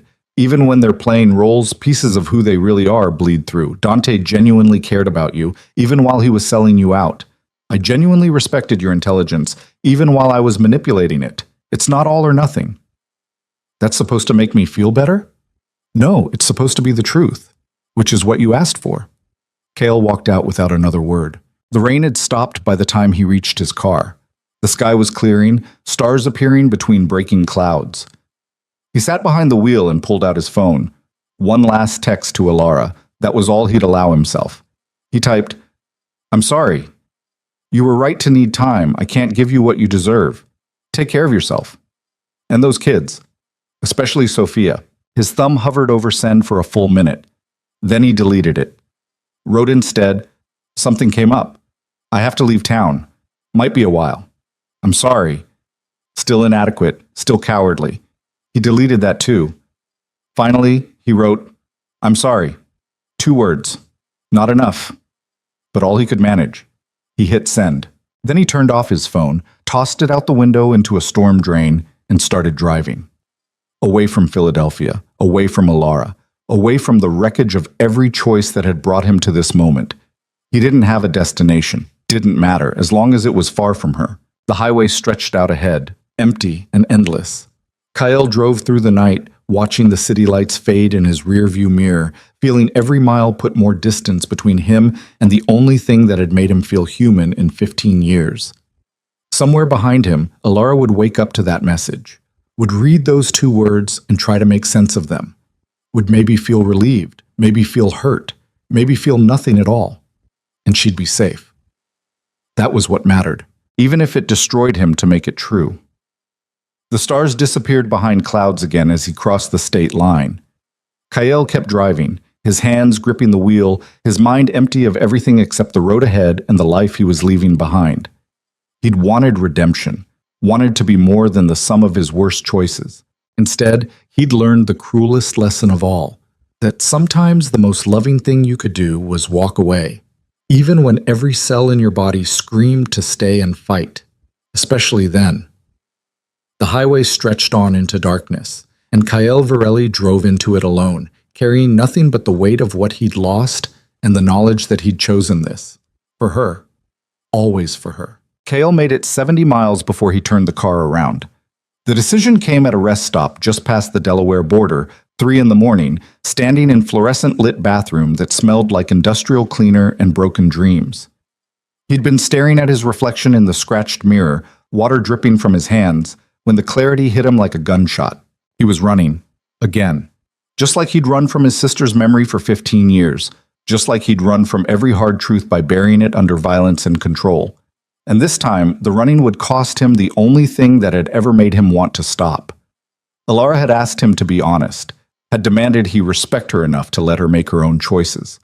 And his response had been to make the biggest choice of her life without even telling her it was happening. Marco was right about one thing. Kyle had been controlled his whole life, first by grief, then by Dante, then by people whose names he didn't even know. But standing in that bathroom, hands shaking, face haggard in the mirror, he realized something fundamental had shifted.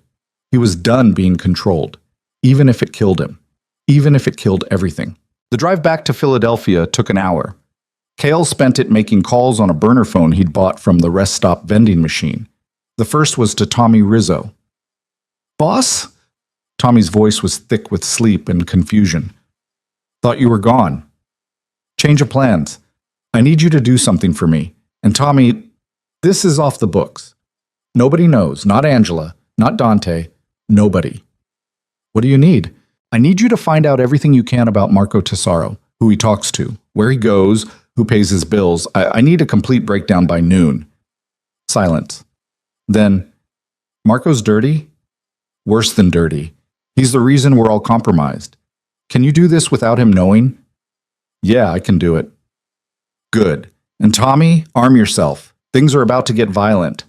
The second call went to Angela Moretti. She picked up on the first ring, voice sharp and alert despite the hour. "I thought you were running," she said. "Who told you that?" "Marco said you'd decided to disappear. Smart move, considering the heat." "Marco's a liar and a plant. He's been feeding information to people above us for years. I need you to freeze him out of every account, every asset, every piece of infrastructure he has access to. Do it quietly. Do it now." "Kyle, if you're wrong about this..." "I'm not. You're getting to find proof in the next few hours. When you do, I need you to be ready to move fast. Can you do that?" A pause. "You're really going to war over this?" "Not over it. Through it." "That's suicide." "Probably. You in or out?" Another pause, longer this time. Then, "In." "But Kyle, you better be right." "I am." The third call was the hardest. He dialed the number from memory, even though he'd sworn he'd never use it again. It rang 4 times before a woman's voice answered, crisp and professional, despite the hour. "Special Agent Torres." "It's Kyle Varelli. We need to talk. In person. Now." "Mr. Varelli, I wasn't expecting to hear from you so soon. Things have changed. I'm willing to give you what you want, but I need something in return." "I'm listening." "Protection for Alara Quinn. Real protection. Federal witness security, new identity if necessary. She gets pulled out of this completely, and nobody, not your people, not mine, not the network, ever touches her." "That's a significant ask." "I'm offering you a significant prize. I'm offering you the entire network. Names, connections, bank accounts, the whole structure. Everything I know and everything I can get. But only if she's safe first." Torres was quiet for a moment. "You understand what you're offering me? You're essentially signing your own death warrant. The people you're talking about don't forgive betrayal." "I know." "Then why?" "Because she deserves better than being collateral damage in someone else's war." "Where are you right now?" 30 minutes from the city. There's a diner on Columbus Boulevard near the waterfront, Kelly's. I'll be there at 4:30. Come alone. Mr. Virelli, alone, Agent Torres, or I disappear for real this time and you get nothing. He hung up before she could respond. The last call was one he didn't want to make but couldn't avoid. Dante's number rang 6 times before going to voicemail. Kyle didn't leave a message, just hung up and tried again. Same result. On the 3rd attempt, Dante picked up. You should be halfway to Canada by now, Dante said. I'm coming back. That's a mistake. Probably. But I need to know something. When you made your deal with the FBI, did you know Marco was running me? Silence. Dante, answer me. I suspected, didn't confirm it until recently. But yeah, I knew someone had their hooks in you. Didn't know it was him specifically until about 6 months ago. And you didn't tell me. What was I supposed to say? Hey, Kyle, by the way, your most trusted lieutenant is a plant and you've been a puppet your whole career? That would have gone great. You could have tried. I was trying to protect you. By lying? By selling me out to the feds? That's your version of protection? Dante's voice dropped. I'm an old man who made old man mistakes. I got scared. I got selfish.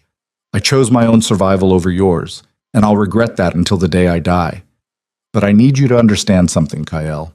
If you go back there, if you start a war with these people, they will erase you, and her, and everyone you've ever cared about. Then I better move fast. This isn't a joke. Do I sound like I'm joking? I've spent 15 years letting other people run my life, letting fear make my decisions. I'm done. So here's what's going to happen. You're going to tell me everything you know about the network, every name, every connection, every piece of leverage you've collected, and you're going to do it in the next 2 hours. Or what? Or I tell them you've been working with the FBI. Let them clean up that mess instead of me having to. You wouldn't. Try me. The line was silent for a long moment. Then Dante sighed, and Kyle heard defeat in the sound. There's a storage unit, North Philly, off Broad Street, Unit 247. Combination is 183512. Everything I've got is in there. Files, recordings, photographs, 20 years of insurance. It's yours. Thank you. Kyle, for what it's worth, I'm sorry about all of it. Yeah, me too. He ended the call and kept driving. Philadelphia's skyline appeared on the horizon as the first gray light of dawn started breaking through the clouds. Kyle felt something settle in his chest, not peace exactly, but purpose. For the first time in longer than he could remember, he wasn't running from something. He was running toward it. Kelly's diner sat on a corner lot overlooking the Delaware River, all chrome and faded vinyl and the smell of coffee that had been brewing since 1987. Kale arrived at 4:20, parked where he could see both entrances, and waited. At 4:32, a dark sedan pulled up. Agent Rebecca Torres stepped out alone, looking exactly like her voice suggested. Mid-40s, sharp suit, sharper eyes. She scanned the parking lot with practiced efficiency before walking inside. Kale gave her 30 seconds, then followed. The diner was nearly empty. A trucker in the corner booth, a waitress who looked like she'd been working this shift since the Reagan administration, and Torres sitting at a table by the window with her back to the wall. Smart. Kale slid into the seat across from her. The waitress appeared immediately, poured coffee neither of them had asked for, and disappeared again. You look like hell, Torres said. I've had a long night, so talk. Convince me this isn't a waste of my time. Kyle pulled a folded piece of paper from his jacket and slid it across the table. That's the address of a storage unit containing 20 years of documentation on a criminal network operating in 6 cities. Names, bank accounts, recordings, photographs, everything your investigation needs, and then some. Torres unfolded the paper, read it, then looked back at him. How'd you get this? Someone who's smarter than I gave him credit for. Someone who's been collecting insurance his whole career. And he's just handing it over? Let's say his options have become limited. Torres pocketed the paper. Assuming this is real, what do you want in exchange?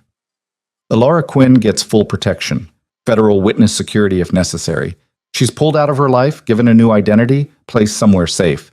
And it happens today, before anyone in the network knows what's coming. That's not how witness protection works. There's a process. I don't care about your process. You want the network, you do this my way. She's in danger right now, Every hour that passes increases the risk. So you're going to call whoever you need to call, pull whatever strings you need to pull, and you're going to make this happen in the next 6 hours. Torres studied him with those sharp eyes. You're in love with her. That's none of your business. It is when it's my leverage. You really think I'm going to let you walk away from this?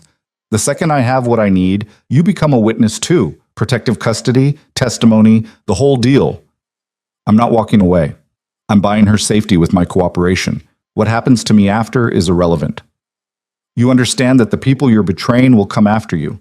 Witness protection or not, they'll hunt you, and they have resources that make the FBI look underfunded. I know.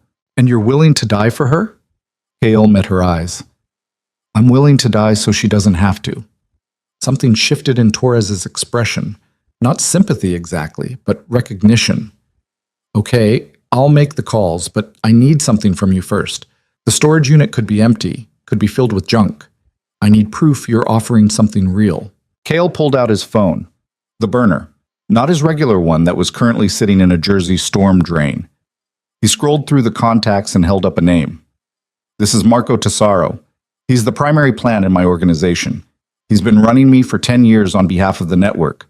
You grab him in the next 2 hours, before anyone knows what's happening, he'll flip. He's got no loyalty to them. He's a hired gun. Offer him a deal, and he'll give you everything. Torres photographed the contact information. Where is he now? Safe house in Jersey? I can give you the exact address. Do it. Kyle wrote it down. Torres pulled out her phone and made a call, stepping away from the table. Kale watched through the window as she paced, gesturing sharply, her voice rising even though he couldn't hear the words. 5 minutes later, she came back. I've got teams moving on the storage unit and the safe house. If this checks out, I'll have approval for Quinn's protection by noon. Not good enough. I need it done now. I can't snap my fingers and make a federal protection detail appear, Mr. Varelli. These things take time. Time she doesn't have. The second Marco realizes he's been burned, he'll activate contingencies. And she's at the top of that list. Then maybe you should be the one protecting her until we can move. Kale's jaw clenched. I'm trying to keep her out of this, not drag her deeper into it. Little late for that. You involved her the second you walked into that restaurant. Now you either trust me to do my job, or you handle it yourself until I can get resources in place. The waitress refilled their coffee. Kale stared into the black liquid, seeing his reflection distorted on its surface. Torres was right. He'd involved Alara. He'd made her a target by caring about her. And now the only way to protect her was to be exactly what he'd been trying to escape, the violent, calculating operator who solved problems with force. How long until your teams hit those locations? He asked. Torres checked her phone. Storage unit in 20 minutes. Safe house in 40. Why? Because I need to be somewhere when that happens. And I need you to give me a head start. A head start to do what? To make sure Alara's safe before Marco's people realize what's happening. Absolutely not. You're not going anywhere near her. The second you do, you compromise her as a witness. She's not a witness. She's a civilian who had the misfortune of meeting me. And if I don't get to her first, she's a dead civilian. Torres leaned forward. Listen to me very carefully. You go to her now, you put her at more risk. You trust me to do this right, and she stays safe. You go cowboy, and you're the reason she ends up dead. Or I'm the reason she stays alive long enough for your protection to kick in. They stared at each other across the table. The diner's fluorescent lights buzzed. Outside, the river moved slow and dark under the breaking dawn. 1 hour, Torres said finally. You keep her safe for 1 hour, and I'll have a team in place.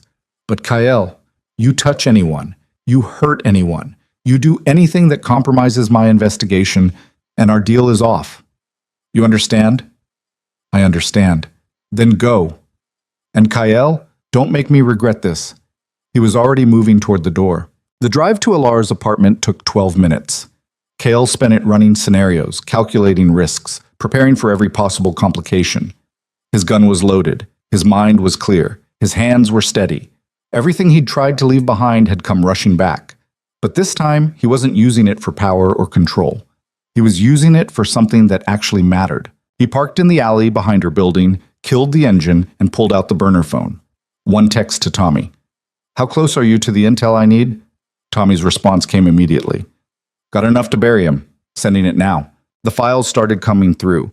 Bank records showing payments from shell corporations. phone logs showing calls to numbers in 3 states, photographs of Marco meeting with people Kyle didn't recognize, and buried in the middle of it all an intercepted email that made his blood run cold. Subject: Quinn situation.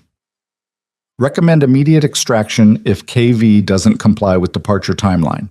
Asset has served its purpose as leverage. Elimination approved pending your confirmation. The timestamp was 40 minutes ago. Kyle was out of the car and moving before his conscious mind caught up with his body. He took the fire escape 3 steps at a time, reaching Alara's floor in less than 30 seconds. Her apartment windows were dark, no movement visible, no signs of forced entry. He jimmied the window lock, a skill he hadn't used in years but his hands remembered, and slipped inside. The apartment was silent. Kale moved through it with his gun drawn, clearing each room with mechanical efficiency. Living room empty, kitchen empty, bathroom empty, bedroom. The door was closed. Light showed underneath. Kyle pressed his ear against it, listening. Nothing. He tried the handle, locked from the inside. "Alara?" he called out, keeping his voice low. No response. Kyle stepped back and kicked the door open. Alara sat on her bed, very still, very quiet, with a man Kyle didn't recognize sitting beside her with a gun pressed against her ribs. She wasn't hurt, wasn't crying, just staring at Kyle with wide eyes that held fear and confusion and something that might have been relief. The man with the gun smiled. "Kyle Virelli, Marco said you'd come back, said you were too stupid to stay gone." Kyle kept his gun trained on the man's head. "Let her go." "Can't do that. She's my insurance policy. You put down your weapon and maybe we all walk away from this." "You know that's not going to happen." "Then we've got a problem, because I will kill her. Marco's orders were very clear. She dies if you don't comply." Alara's hands moved, slowly, carefully. She was signing something. "Who is this? What's happening?" Kale couldn't answer, couldn't look away from the man with the gun. His mind was running calculations at lightning speed. Distance to target, 12 feet. Time to fire, 0.8 seconds. Probability of hitting the gunman before he could shoot Alara, 60%. Maybe 70 if Kale got lucky. Not good enough odds. Not with her life. "Here's what's going to happen," Kyle said, his voice dropping into the register that had made men twice his size back down. "You're going to stand up. You're going to walk out of this apartment, and you're going to tell Marco that if he wants me dead, he can come do it himself." The gunman laughed. "You really think I'm that stupid? The second I stand up, you shoot me." "Probably. But you're dead either way. You pull that trigger, I kill you before her body hits the floor. You try to use her as a shield, I shoot through her to get to you. Your only chance at survival is walking out that door right now." "Marco said you'd gone soft. Said the girl made you weak." "Marco was wrong." The gunman's eyes flicked between Kyle and Alara, calculating. Kale could see the math happening behind them, could see the moment fear started winning over bravado. "I'm going to stand up," the gunman said slowly, "and you're going to lower your weapon." "No." "Then she dies." "Then you die half a second later, and Marco loses his leverage. Is that really what you want to tell him? That you failed because you couldn't follow through?" The gunman's hand was shaking now, barely visible, but there. Kyle saw it and pressed harder. "You're what, 25, 26? Whole life ahead of you. You really want to die in this apartment for a boss who won't even remember your name after you're gone?" "Shut up." "What's your name?" "I said shut up, because I want to know what to put on your grave marker. Figured you deserved that much." The gun barrel wavered, just an inch, just for a second, but it was enough. Kyle fired. The shot took the gunman in the shoulder, spinning him away from Alara. His gun went off, wild, high, punching a hole in the ceiling. Kyle was already moving, crossing the distance in 3 steps, driving the gunman into the wall with enough force to crack plaster. The second shot Kale fired was point blank, center mass. The gunman dropped like a puppet with cut strings. Alara was screaming, a sound Kyle couldn't hear but could feel in his bones, raw and terrified and alive. He turned to her, gun still raised, and saw her pressed against the headboard with her hands over her ears, eyes squeezed shut. Kyle safed his weapon and moved to her, touched her shoulder. She flinched, then opened her eyes. When she saw it was him, something broke in her expression. Her hands came up, signing frantically. "What's happening? Who was that? Why did you—" We need to leave, Kale signed back. Right now. More could be coming. I don't understand. I know. I'll explain everything. But we have to move. He pulled her off the bed, guided her around the body. She wouldn't look at it, kept her eyes fixed on his face like he was the only solid thing in a world gone liquid. Kale grabbed her coat from the closet, her phone from the nightstand, and led her toward the door. They made it to the hallway before the second gunman appeared. This one was faster, more professional, didn't waste time talking, just raised his weapon. Kale shoved Alara behind him and returned fire. The hallway erupted in noise and muzzle flash. Kale took 2 rounds to his left side, felt them punch through his ribs like hammers, but stayed on his feet long enough to put 3 into the second gunman's chest. The man went down. Kale staggered. Alara caught him, her face white with shock, hands signing frantically. You're bleeding! Oh God, you're bleeding so much! Fire escape, Kale signed with hands that weren't quite steady anymore. Go, now. I'm not leaving you. Go! She didn't. Just grabbed his arm and hauled him toward the window with strength he didn't know she had.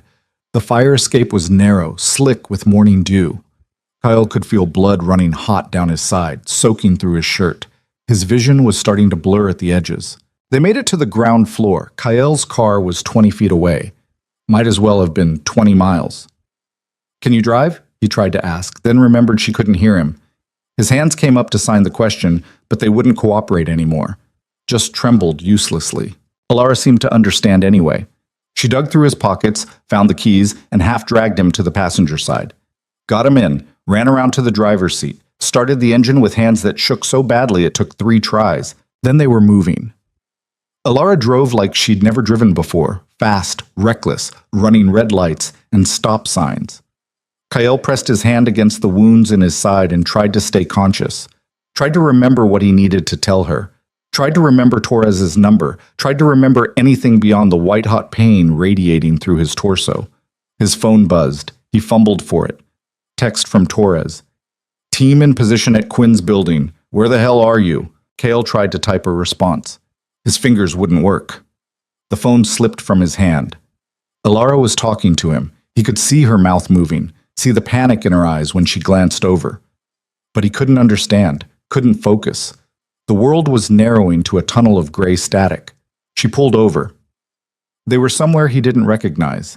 An industrial area, empty warehouses and chain-link fences. Alara put the car in park and turned to him, and Kyle saw tears streaming down her face. Her hands moved, slow, clear, making sure he could understand.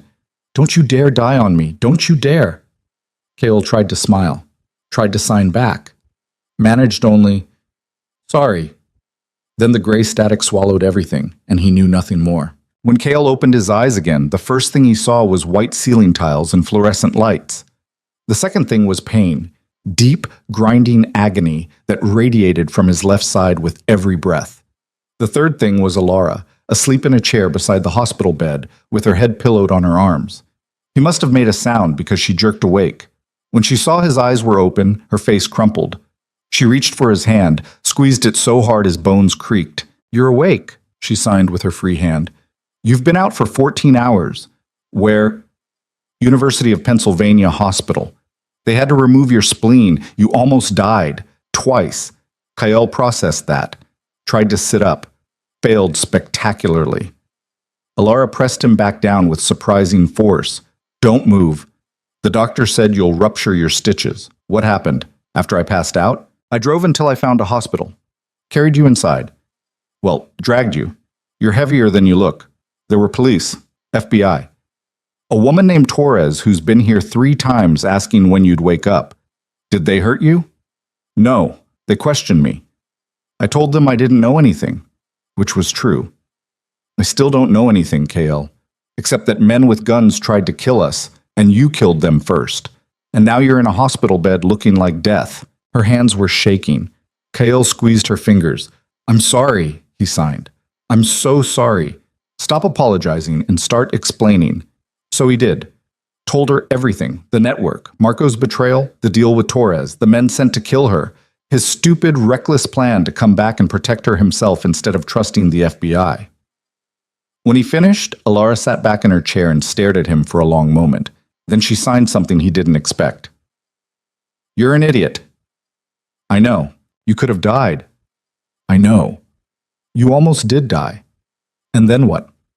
I'm just supposed to go on living, knowing you died trying to save me from a situation I never asked to be in? Better than you dying. That's not your choice to make.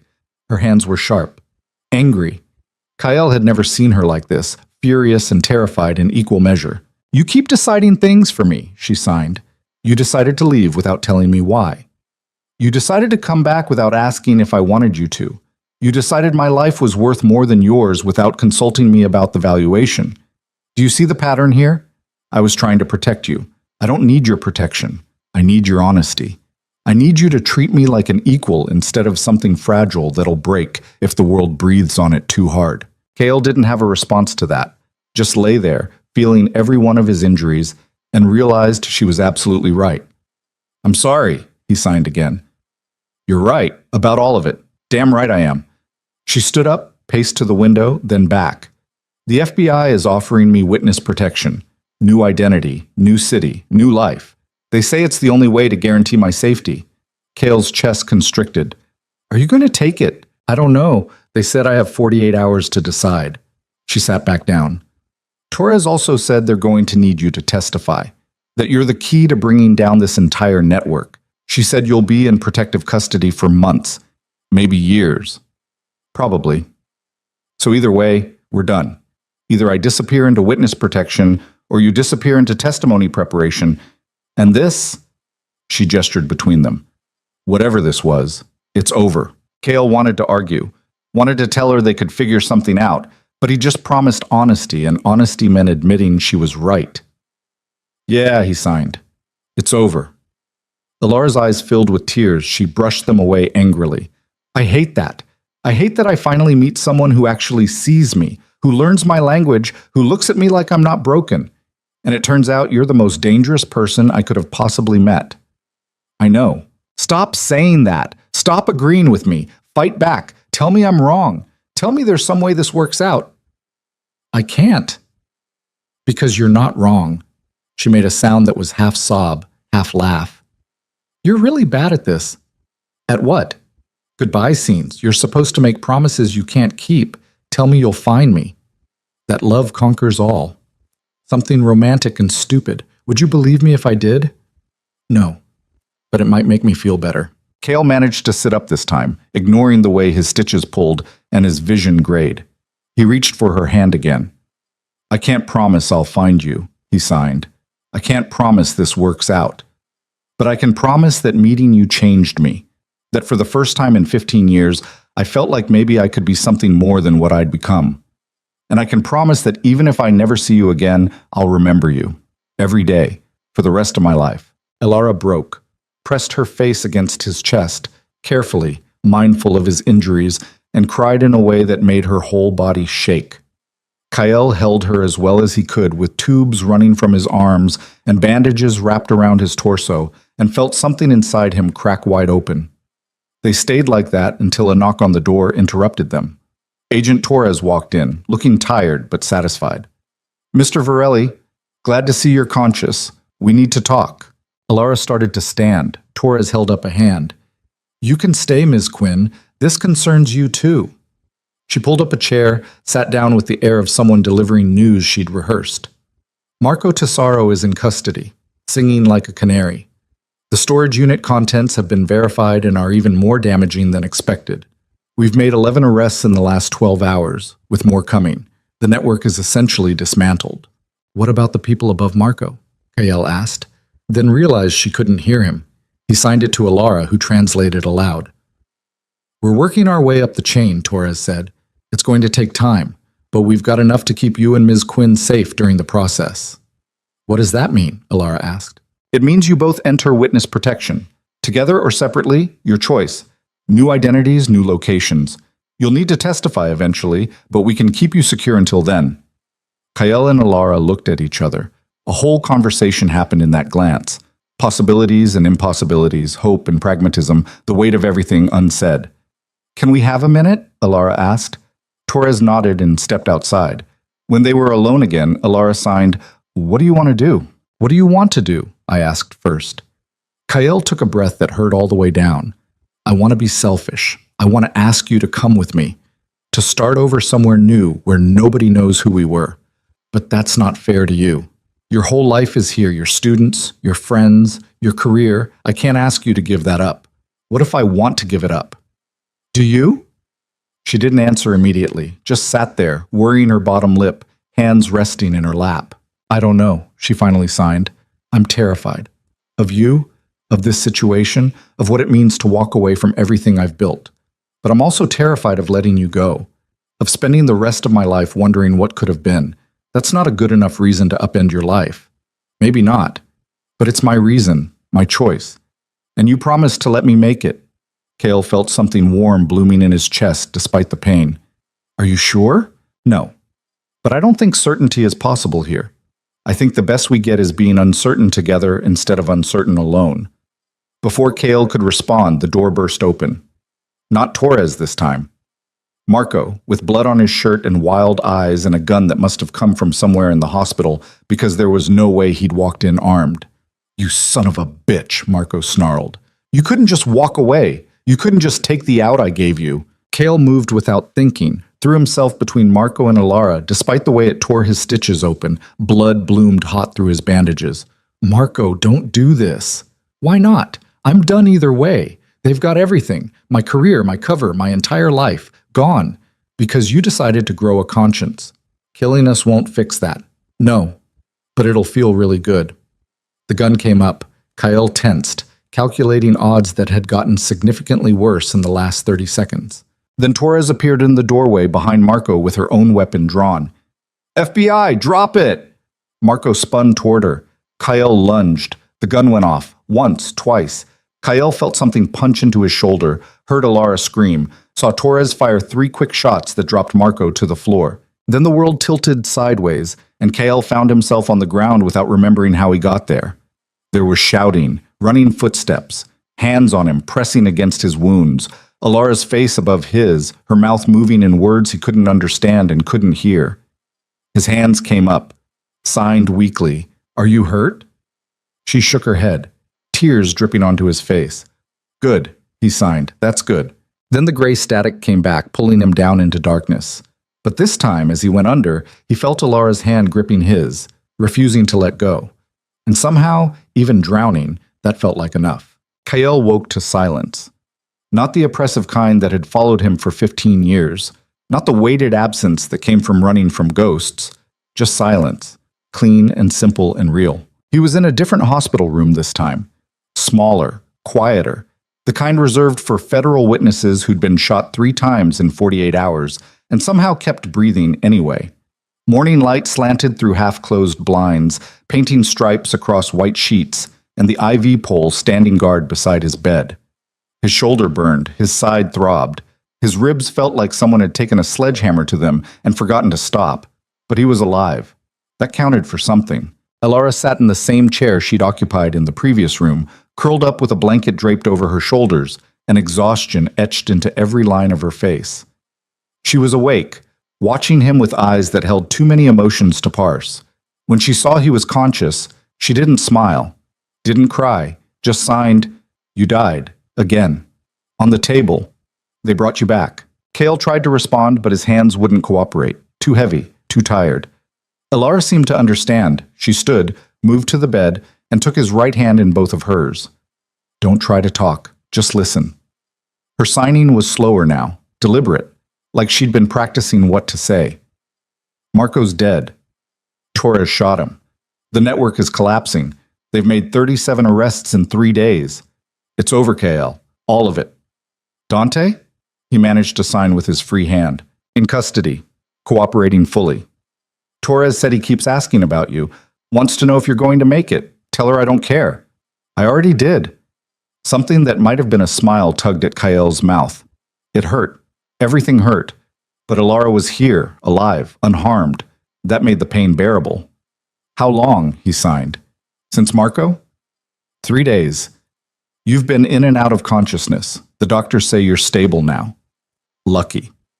Incredibly, impossibly lucky. Doesn't feel lucky. "You're alive." That's lucky enough. A knock on the door interrupted them. Agent Torres walked in carrying 2 cups of coffee and looking like she hadn't slept since Kyle last saw her. She set 1 cup on Alara's chair, kept the other for herself, and pulled up a second chair to the bedside. "You're awake. Good. We need to talk about next steps." Alara translated aloud for Kyle's benefit, even though he could read Torres's lips well enough by now. The agent waited until the translation finished, then continued. "The network is finished. We've got testimony from 43 different sources, including Marco before he died. He gave us everything in those last few hours: names, locations, bank accounts. Turns out he'd been keeping his own insurance files, just like Dante. Smart criminals, I'll give you that." "What happens now?" Alara asked. "Now we build cases, lots of cases. This is going to take years to prosecute fully. But the immediate threat is neutralized. The people who wanted you both dead are either in custody or running for cover." "So we're safe?" Alara's voice carried hope and disbelief in equal measure. Torres hesitated. "Safer. I won't lie and say there's no residual risk. Some of these people have long memories and deep pockets. But with Marco dead and the network scattered, you're no longer high-priority targets. We can work with that." Kyle forced his hand to move. "Sign to Alara. Ask her about witness protection." Alara translated. Torres nodded. "That's still on the table, both of you, if you want it. New identities, relocation, the full package. Or," she paused, sipped her coffee, "there's another option." "What option?" Alara asked. "You stay. Here in Philadelphia, under your own names. We provide security for the first 6 months, regular check-ins after that. You testify when we need you to, but otherwise you live your lives. Miss Quinn goes back to teaching. Mr. Varelli finds something less illegal to occupy his time." "That's possible?" Alara looked stunned. "It's not recommended. Witness protection is safer, but it's not mandatory. If you're willing to accept the risk, you can stay." Kale and Alara looked at each other. Another whole conversation in a glance. "What do you want?" Alara signed. "I asked you that already," Kyle signed back. "You never answered." "Because I don't know." Her hands trembled. "I'm terrified of staying, but I'm terrified of leaving too. Of starting over somewhere where I don't know anyone, don't have my work, don't have any of the things that make me who I am. Your work means that much to you? Those kids mean that much to me. Sophia and Marcus and all the others. They need consistency. They need someone who doesn't disappear on them. I don't want to be another person who walks away." Kyle understood that, better than she probably realized. "Then we stay," he signed. "You'd do that? Give up the safety of witness protection for my students? I'd do that for you. The students are just a bonus." Alara's eyes filled. She squeezed his hand hard enough to hurt. "You're sure?" "No. But, like you said, being uncertain together beats being uncertain alone." She turned to Torres. "We'll stay. Both of us." "Here." Torres didn't look surprised. "Okay, I'll set it up. But understand, this means you're visible. You're targets. If anyone from the network decides to come after you, we might not get there in time." "I understand," Alara said. Torres looked at Kyle. He managed to nod. She sighed. "All right. Against my better judgment, we'll do it your way. But I need your full cooperation. That means testimony whenever we need it. That means complete honesty about anything you remember. And Mr. Varelli, that means you're done with criminal activity. Permanently. You so much as jaywalk, and I'll revoke this arrangement so fast your head will spin." Kale signed to Alara, who translated. "He says he's done. He means it." "We'll see," Torres said, but something in her expression had softened. "For what it's worth, you did the right thing. Coming back, protecting her. Not many people in your position would have made that choice." "Not many people are stupid enough," Alara translated Kyle's response, then added her own amendment. "His words, not mine." Torres almost smiled. "Get some rest. Both of you. You've earned it." She left. Alara and Kyle sat in silence for a long moment, processing what they'd just agreed to. The weight of it settled around them like a blanket, warm and suffocating in equal measure. "Are we insane?" Alara signed. "Probably," Kyle signed back.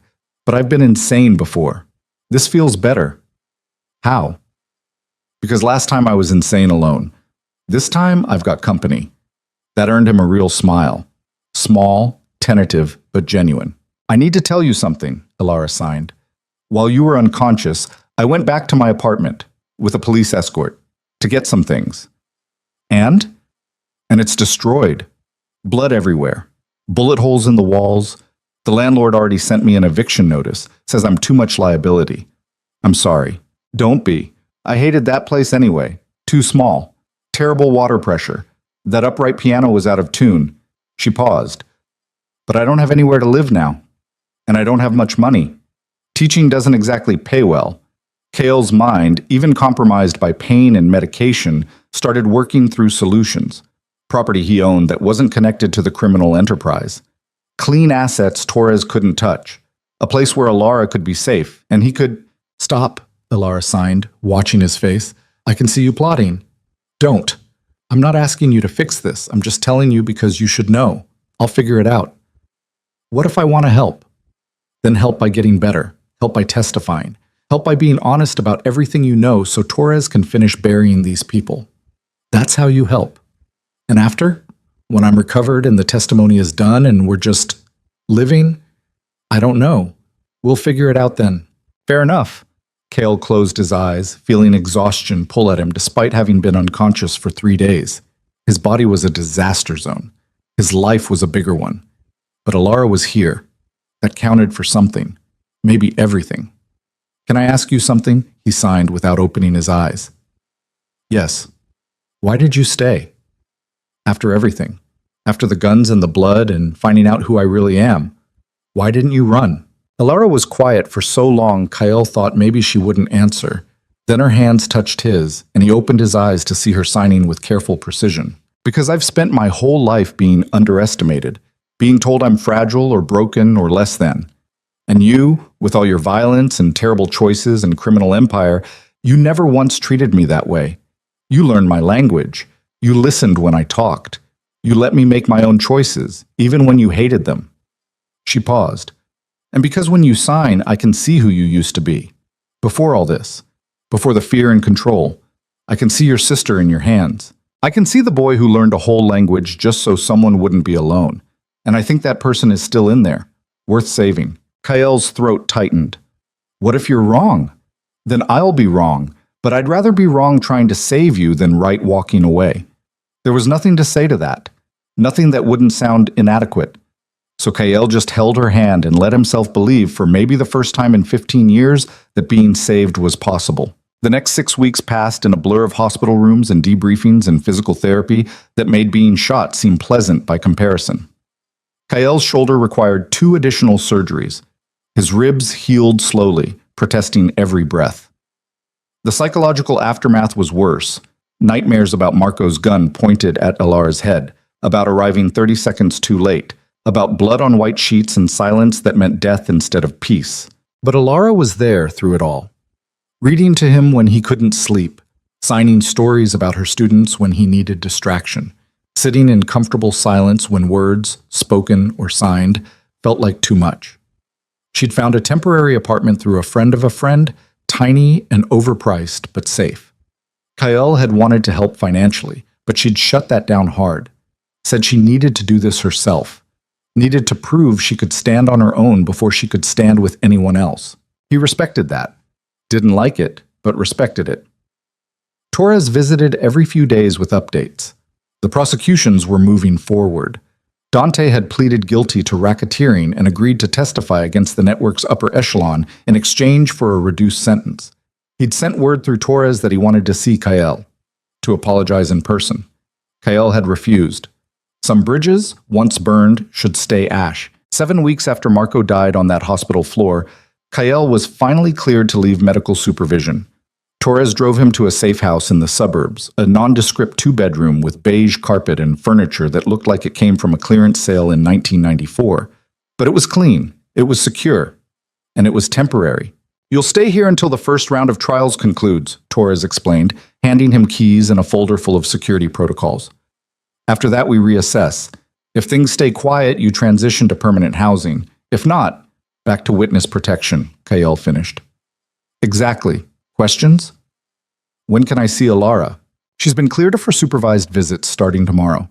2 hours, twice a week, federal agent present. After a month, if there are no security incidents, we can relax those restrictions." It wasn't ideal, but it was better than nothing. Thank you, Kale said. Meant it. Torres studied him with those sharp eyes. You've changed since I first called you. You're quieter.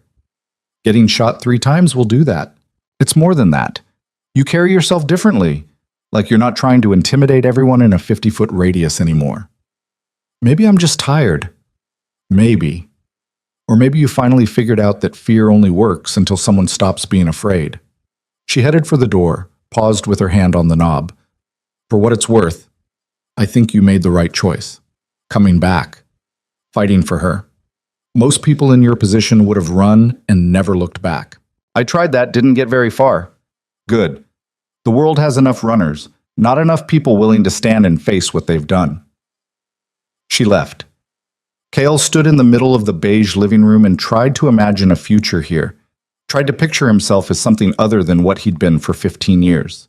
The image wouldn't quite come into focus, but for the first time, he could see its outline. That night, he couldn't sleep. Lay on the unfamiliar bed, staring at unfamiliar ceiling and feeling the weight of everything that had happened pressed down on his chest. Marco was dead. Dante was in prison. The organization Kyle had built was dismantled. Everyone he'd known for the last decade and a half was either in custody, in hiding, or had turned state's evidence. He was completely alone. Except he wasn't.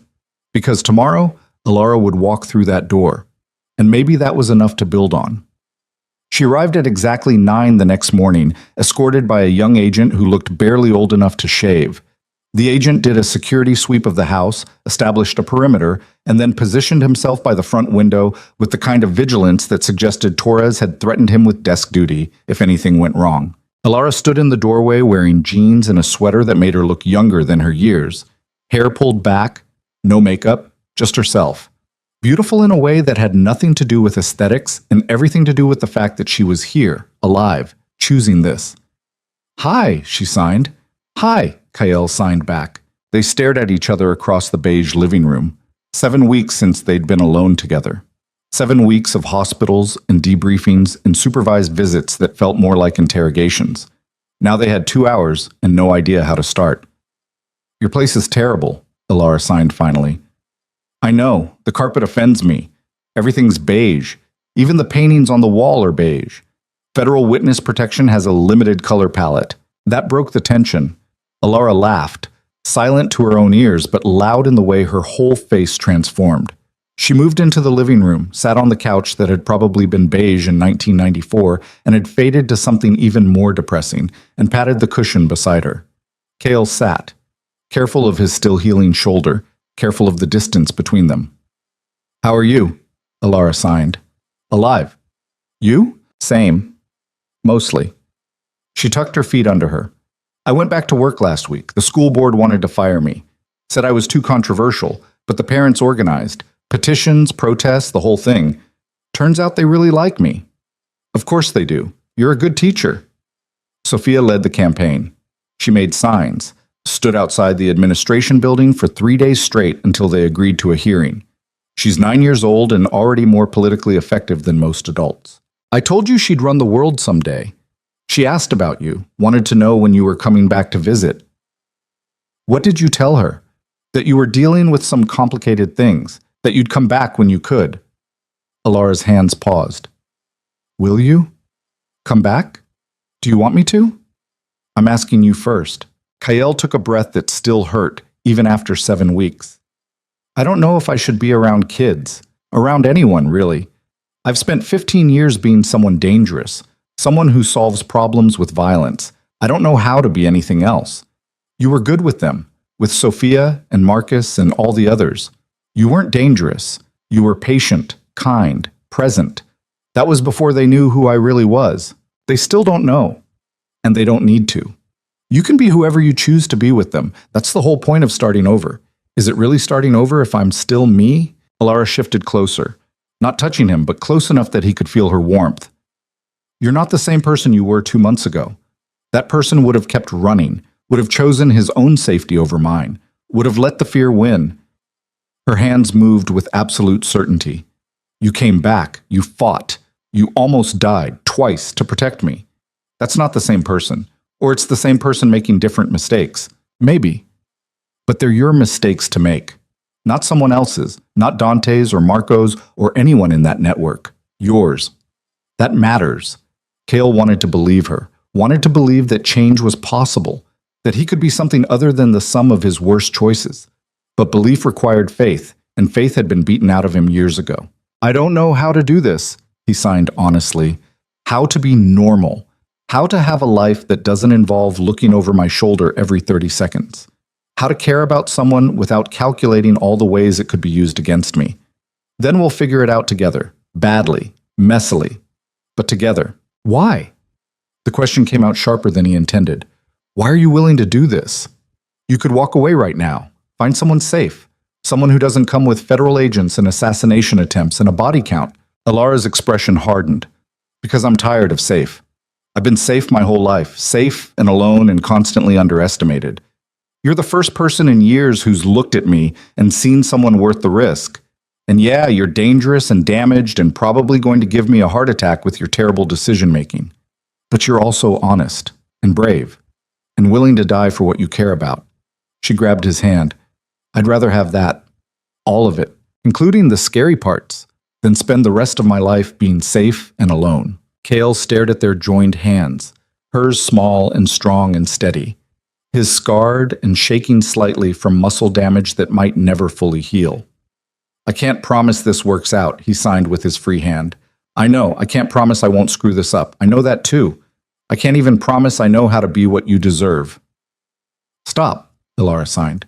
Stop trying to talk me out of this. I've made my choice. Respect it. So he did. Pulled her closer, carefully, mindful of his injuries, and let himself hold her for the first time since that hospital bed. She fit against him like she'd been designed for it, her head on his shoulder, his chin resting on her hair, both of them breathing in sync. The federal agent by the window studiously examined the ceiling. They sat like that for the full 2 hours, talking sometimes, hands moving in the space between them, building sentences and sharing stories. Silent other times, just existing in the same space, learning each other's rhythms. When the time was up and the agent cleared his throat apologetically, Ilara pulled back just far enough to sign. Same time Thursday? I'll be here, Kyle signed. Good. Don't die before then. I'll try my best. She left. The house felt emptier without her. Kale stood at the window and watched the car disappear down the suburban street, feeling something unfamiliar settle in his chest. Not quite hope, not quite peace, but something adjacent to both. The weeks that followed developed a rhythm. Ilara visited twice a week. They talked, sat in silence, slowly built something that felt almost like normal.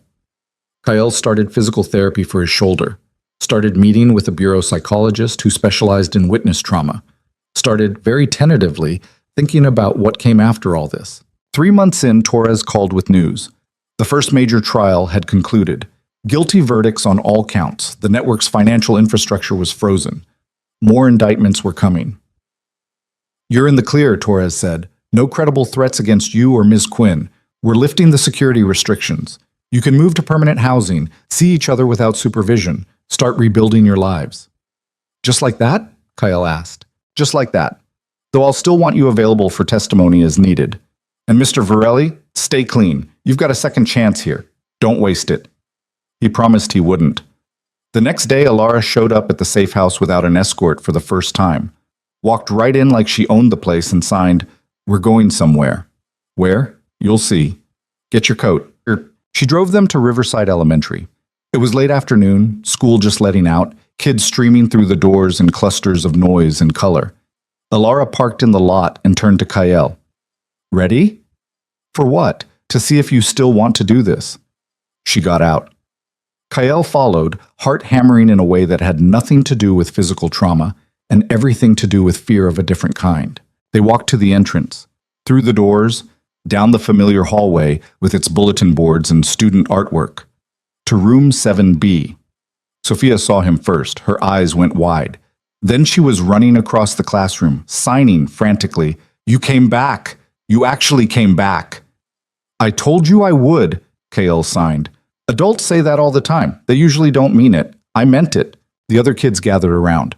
Marcus and 3 new students Kyle didn't recognize.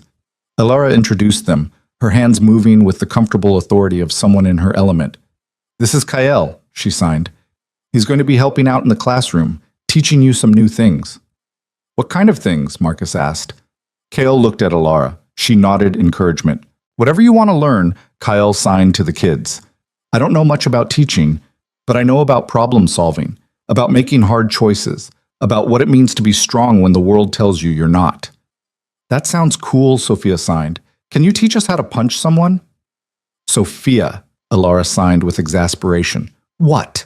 It's a valid life skill. Kale almost laughed. Did laugh. A short, surprise sound that made several kids grin. Maybe we'll start with something else, like critical thinking, or basic self-defense, or how to read people. That's still cool, Sophia decided. When do you start? Monday? Kyle looked at Alara for confirmation. She nodded. Monday, 3 to 4:30, every week. The kids cheered. Alara shooed them toward their backpacks and parents who were starting to filter in. Kyle retreated to the back of the classroom, watching the organized chaos unfold. When the last student had left, Alara came over and signed, "You're sure about this?" "No, but I want to try anyway. What changed your mind?" "You. And Sophia. And the fact that I've spent 15 years building things meant to hurt people. I'd like to spend the next 15 building something that helps." Alara's eyes were suspiciously bright. "That's the sappiest thing you've ever said." "I know. Don't tell anyone. I have a reputation to maintain." "What reputation?" "You're a federal witness living in suburban obscurity." Exactly. "I'm mysterious and unknown, very dangerous. You're impossible. You like me anyway." "Unfortunately." They stood there grinning at each other like idiots. Then Alara signed something that made Kyle's breath catch. "I found a place. An apartment. Big enough for 2 people if they don't mind being close. Good water pressure, space for a real piano." "Are you asking me to move in with you?" "I'm presenting an option for your consideration. That's very formal. I'm a professional educator. We do everything formally." Kale stepped closer, close enough to see the gold flecks in her eyes, close enough to count her heartbeat by the pulse in her throat. "Yes." "Yes what?" "Yes to the apartment. Yes to being close. Yes to all of it. You didn't even ask where it is. Don't care, as long as you're there." "That's terribly romantic for someone who claims to be mysterious and dangerous. I contain multitudes. You said so yourself." Alara reached up, had to stand on her toes even though Kyle was leaning down, and kissed him. Soft and certain, and tasting like the coffee she'd been drinking all afternoon. Kyle wrapped his arms around her, mindful of his still healing shoulder, and kissed her back like she was oxygen, and he'd been drowning.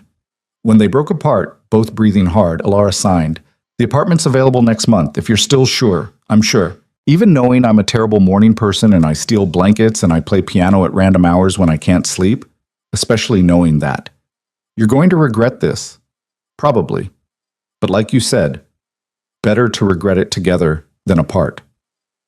They left the school as the sun was setting, painting the Philadelphia sky in shades of orange and purple. Walked to Alara's car hand in hand.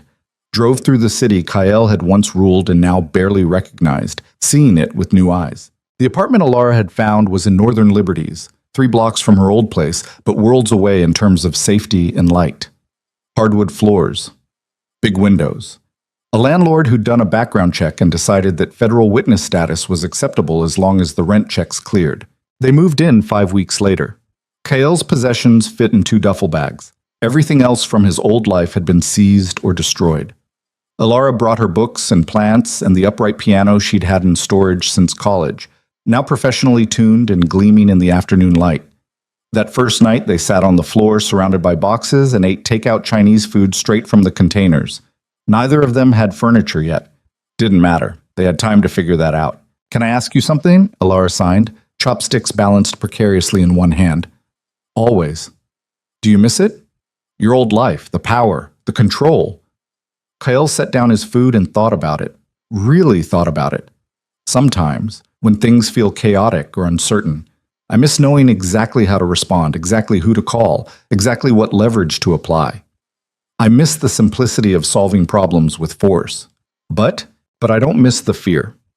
Don't miss looking over my shoulder every second. Don't miss being someone people are terrified of instead of someone they actually know." He paused. And I don't miss being alone. You were alone for a long time, 15 years, give or take. After my sister died, I didn't see the point in letting anyone get close. It seemed easier to stay isolated, safer. Was it? No, just lonelier. Alara set down her own food and moved closer. For what it's worth, I'm glad you're not alone anymore. Me too.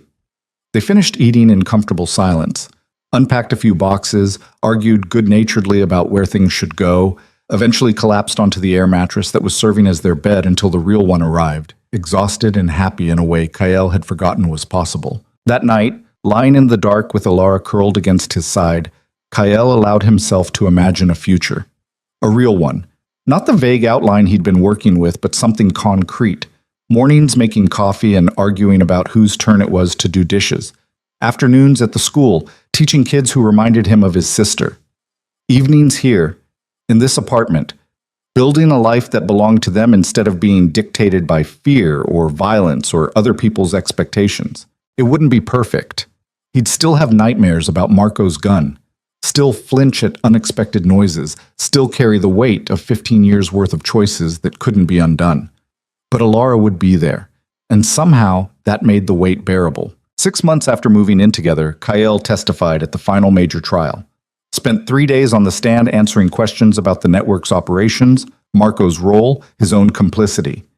The defense attorney tried to paint him as an unreliable witness, a criminal trying to save his own skin by throwing others under the bus. Kale let him. Didn't get defensive, didn't lose his temper, just answered every question with brutal honesty and let the jury decide. They decided guilty. On all counts. For all defendants. Torres called that evening. It's done. They're going away for a combined 240 years. The network is finished. What about the people at the top? The ones Marco and Dante mentioned? Still working on it, but we've got enough to keep you and Ms. Quinn safe indefinitely. You can stop looking over your shoulder. Easier said than done, but Kyle was trying. A year after that first dinner at Marcello's, Kyle stood in front of room 7B watching 8 kids, Sophia now 10 and even more fierce, Marcus reading at a high school level, 6 others with their own stories and struggles, and realized something fundamental had shifted. He wasn't performing goodness or trying to earn redemption. He was just being present, showing up, helping where he could, making sure these kids knew they weren't alone. The same way his sister had never been alone because he'd learned her language. After class, Sophia approached him with an expression that meant she was about to ask something complicated. "Can I ask you a question?" she signed. "Of course. Miss Quinn says you used to do dangerous things before you came here. Is that true?" Kyle glanced at Alara, who was organizing papers at her desk and deliberately not watching this conversation. He looked back at Sophia. "Yes, it's true. What kind of dangerous things? The kind that hurt people, the kind I'm not proud of. But you stopped." "I did." "Why?" Kale knelt down to her level. "Because I met someone who showed me I could be something else. Someone who believed I was worth saving even when I didn't believe it myself." Sophia processed this with her characteristic intensity. "Miss Quinn, yes, she's pretty great. Yes, she is. Are you going to marry her?" The question caught Kyle completely off guard. He straightened, felt his face heat. We haven't." Sophia grinned. "You should. She loves you, and you obviously love her. I can tell by the way you sign when you talk about her. Your hands go all soft. My hands do not go soft. They totally do. It's cute, in a grown-up way." "Thank you for that assessment." "You're welcome. So when's the wedding?" "Sophia, I want to be invited. I've never been to a wedding. There is no wedding, yet." She skipped away before Kyle could formulate a response. Alara came over, eyebrows raised. "What was that about?" "Nothing." Sophia being Sophia, she's gotten in your head, hasn't she? She's terrifying. That's not an answer. Kale signed carefully. "She asked if I was going to marry you." Alara's eyes widened. "What did you tell her? That there was no wedding? And she said, yet, and ran away before I could respond." Alara laughed. "She's not wrong. About which part?" "Any of it." Kale's heart did something complicated in his chest. "Are you saying—" "I'm saying I'm not opposed to the concept. Eventually. When we're ready. If you're interested. Are you proposing to me? I'm presenting an option for consideration. Professional educator, remember? We do everything formally. Kyle pulled her close. They were alone in the classroom now, the door closed, the hallways empty. Yes. Yes what? Yes to eventually. Yes to when we're ready. Yes to being interested. That's very nonspecific. I'm being mysterious and dangerous. You're being impossible again. You love me anyway. Unfortunately, he kissed her. Long and slow and certain. When they broke apart, Alara was smiling in a way that made Kael's chest ache. We should probably get a ring first, she signed. Before Sophia starts planning the whole wedding. She would too. Absolutely. She'd have color schemes and seating charts within a week. Terrifying child. Our terrifying child. Collectively. As a community. I can live with that. They left the school hand in hand, walking into the Philadelphia evening with no particular destination in mind. The city moved around them, cars and pedestrians, and the endless pulse of life carrying on. Somewhere in this city, trials were still happening. People were still being sentenced. The remnants of Kael's old world were still being systematically dismantled. But here, walking down a random street with Alara's hand warm in his, Kael felt something he hadn't felt in 15 years. Home. Not a place, not a building, just the certainty that wherever she was, that's where he belonged. 2 years after that first dinner, on a cold December night very much like the one where this had all started, Kael and Alara stood on a rooftop overlooking the city. Not the safe house roof or the apartment roof, but the roof of Riverside Elementary, accessed through a maintenance door that Alara had a key to and probably wasn't supposed to use for personal purposes. Below them, Philadelphia glittered with Christmas lights and possibilities. Above them, stars struggled through the light pollution, barely visible, but there nonetheless. Kyle's hands were cold despite his gloves. He pulled them off and signed, "I need to tell you something." "Okay," Alara signed back, her breath fogging in the winter air. "The first night we met, I thought you were the joke. Someone's idea of entertainment. I walked into that restaurant expecting to perform superiority for an hour and then never think about it again. I know, I thought the same about you, but then you signed your name and I signed mine, and something shifted, something I didn't have words for and still barely understand. Where is this going? Somewhere sappy. Bear with me." Kael pulled a small box from his jacket pocket, opened it. Inside was a ring, simple, elegant, nothing ostentatious. "I've spent 15 years running from every hard truth, from grief, from connection, from anything that made me feel human. But you made running impossible. You made me want to stand still, to be present, to be known." Alara's eyes were wide. "I don't know how to do this perfectly," Kael continued. "I don't know how to be the person you deserve, but I know I want to spend the rest of my life trying. I know I want to wake up next to you every morning. I know I want to watch you teach those kids and turn into Sophia's surrogate parent and play piano at 3 a.m. when you can't sleep. I know I want all of it, all of you, forever." He got down on one knee. The roof was cold and slightly damp, and this was probably violating about 17 school policies. "Alara Quinn, will you marry me?" She was crying, tears streaming down her face, hands shaking as she signed, "You're doing this on a roof, in December, at my workplace. Is that a no? It's a, you're impossible, but yes, yes to all of it, to all of you, forever." Kael slipped the ring onto her finger with hands that trembled despite his best efforts at control. Stood, pulled her close and kissed her like the world was ending and beginning in the same moment. When they broke apart, both breathing hard, Alara signed, "Sophia's going to lose her mind. She's going to plan the entire wedding in a week. We're going to have to let her, aren't we?" "Absolutely." They stood there on the roof holding each other as snow began to fall, light, tentative, the first of the season. Philadelphia stretched out below them, indifferent to their joy or their history or the improbable journey that had brought them here. Kael thought about his sister, about the boy he'd been who'd learned sign language so someone wouldn't be alone. About the man he'd become who'd almost lost himself to fear and violence and other people's expectations. About the person he was now, scarred and uncertain but somehow, impossibly, loved. "Thank you," he signed into Alara's hair. She pulled back. "For what? For not running. For seeing something in me worth saving. For being brave enough to believe I could change. You did that yourself. I just believed what was already there." Still, thank you. You're welcome. Now, can we go inside? I'm freezing. One more minute. Why? Because I want to remember this, exactly this. The snow and the city and you. I want to remember what it feels like to not be running anymore. Alara smiled. Okay, one more minute. They stood in the falling snow, hands intertwined, watching their city breathe below them. Somewhere in that sprawl of lights and life, children slept peacefully. Somewhere, people were making terrible choices and great ones. Somewhere, lives were ending and beginning and continuing forward despite everything. And here, on this roof, two people who'd found each other in the chaos stood together and chose hope over fear, chose presence over running, chose love over survival. The snow fell harder, the city glittered, and Kyle Virelli, once feared, once lost, now found, finally allowed himself to believe that redemption wasn't about erasing the past. It was about building a future worth the fight. He took Alara's hand, and together they went inside. Into warmth, into light, into the rest of their lives.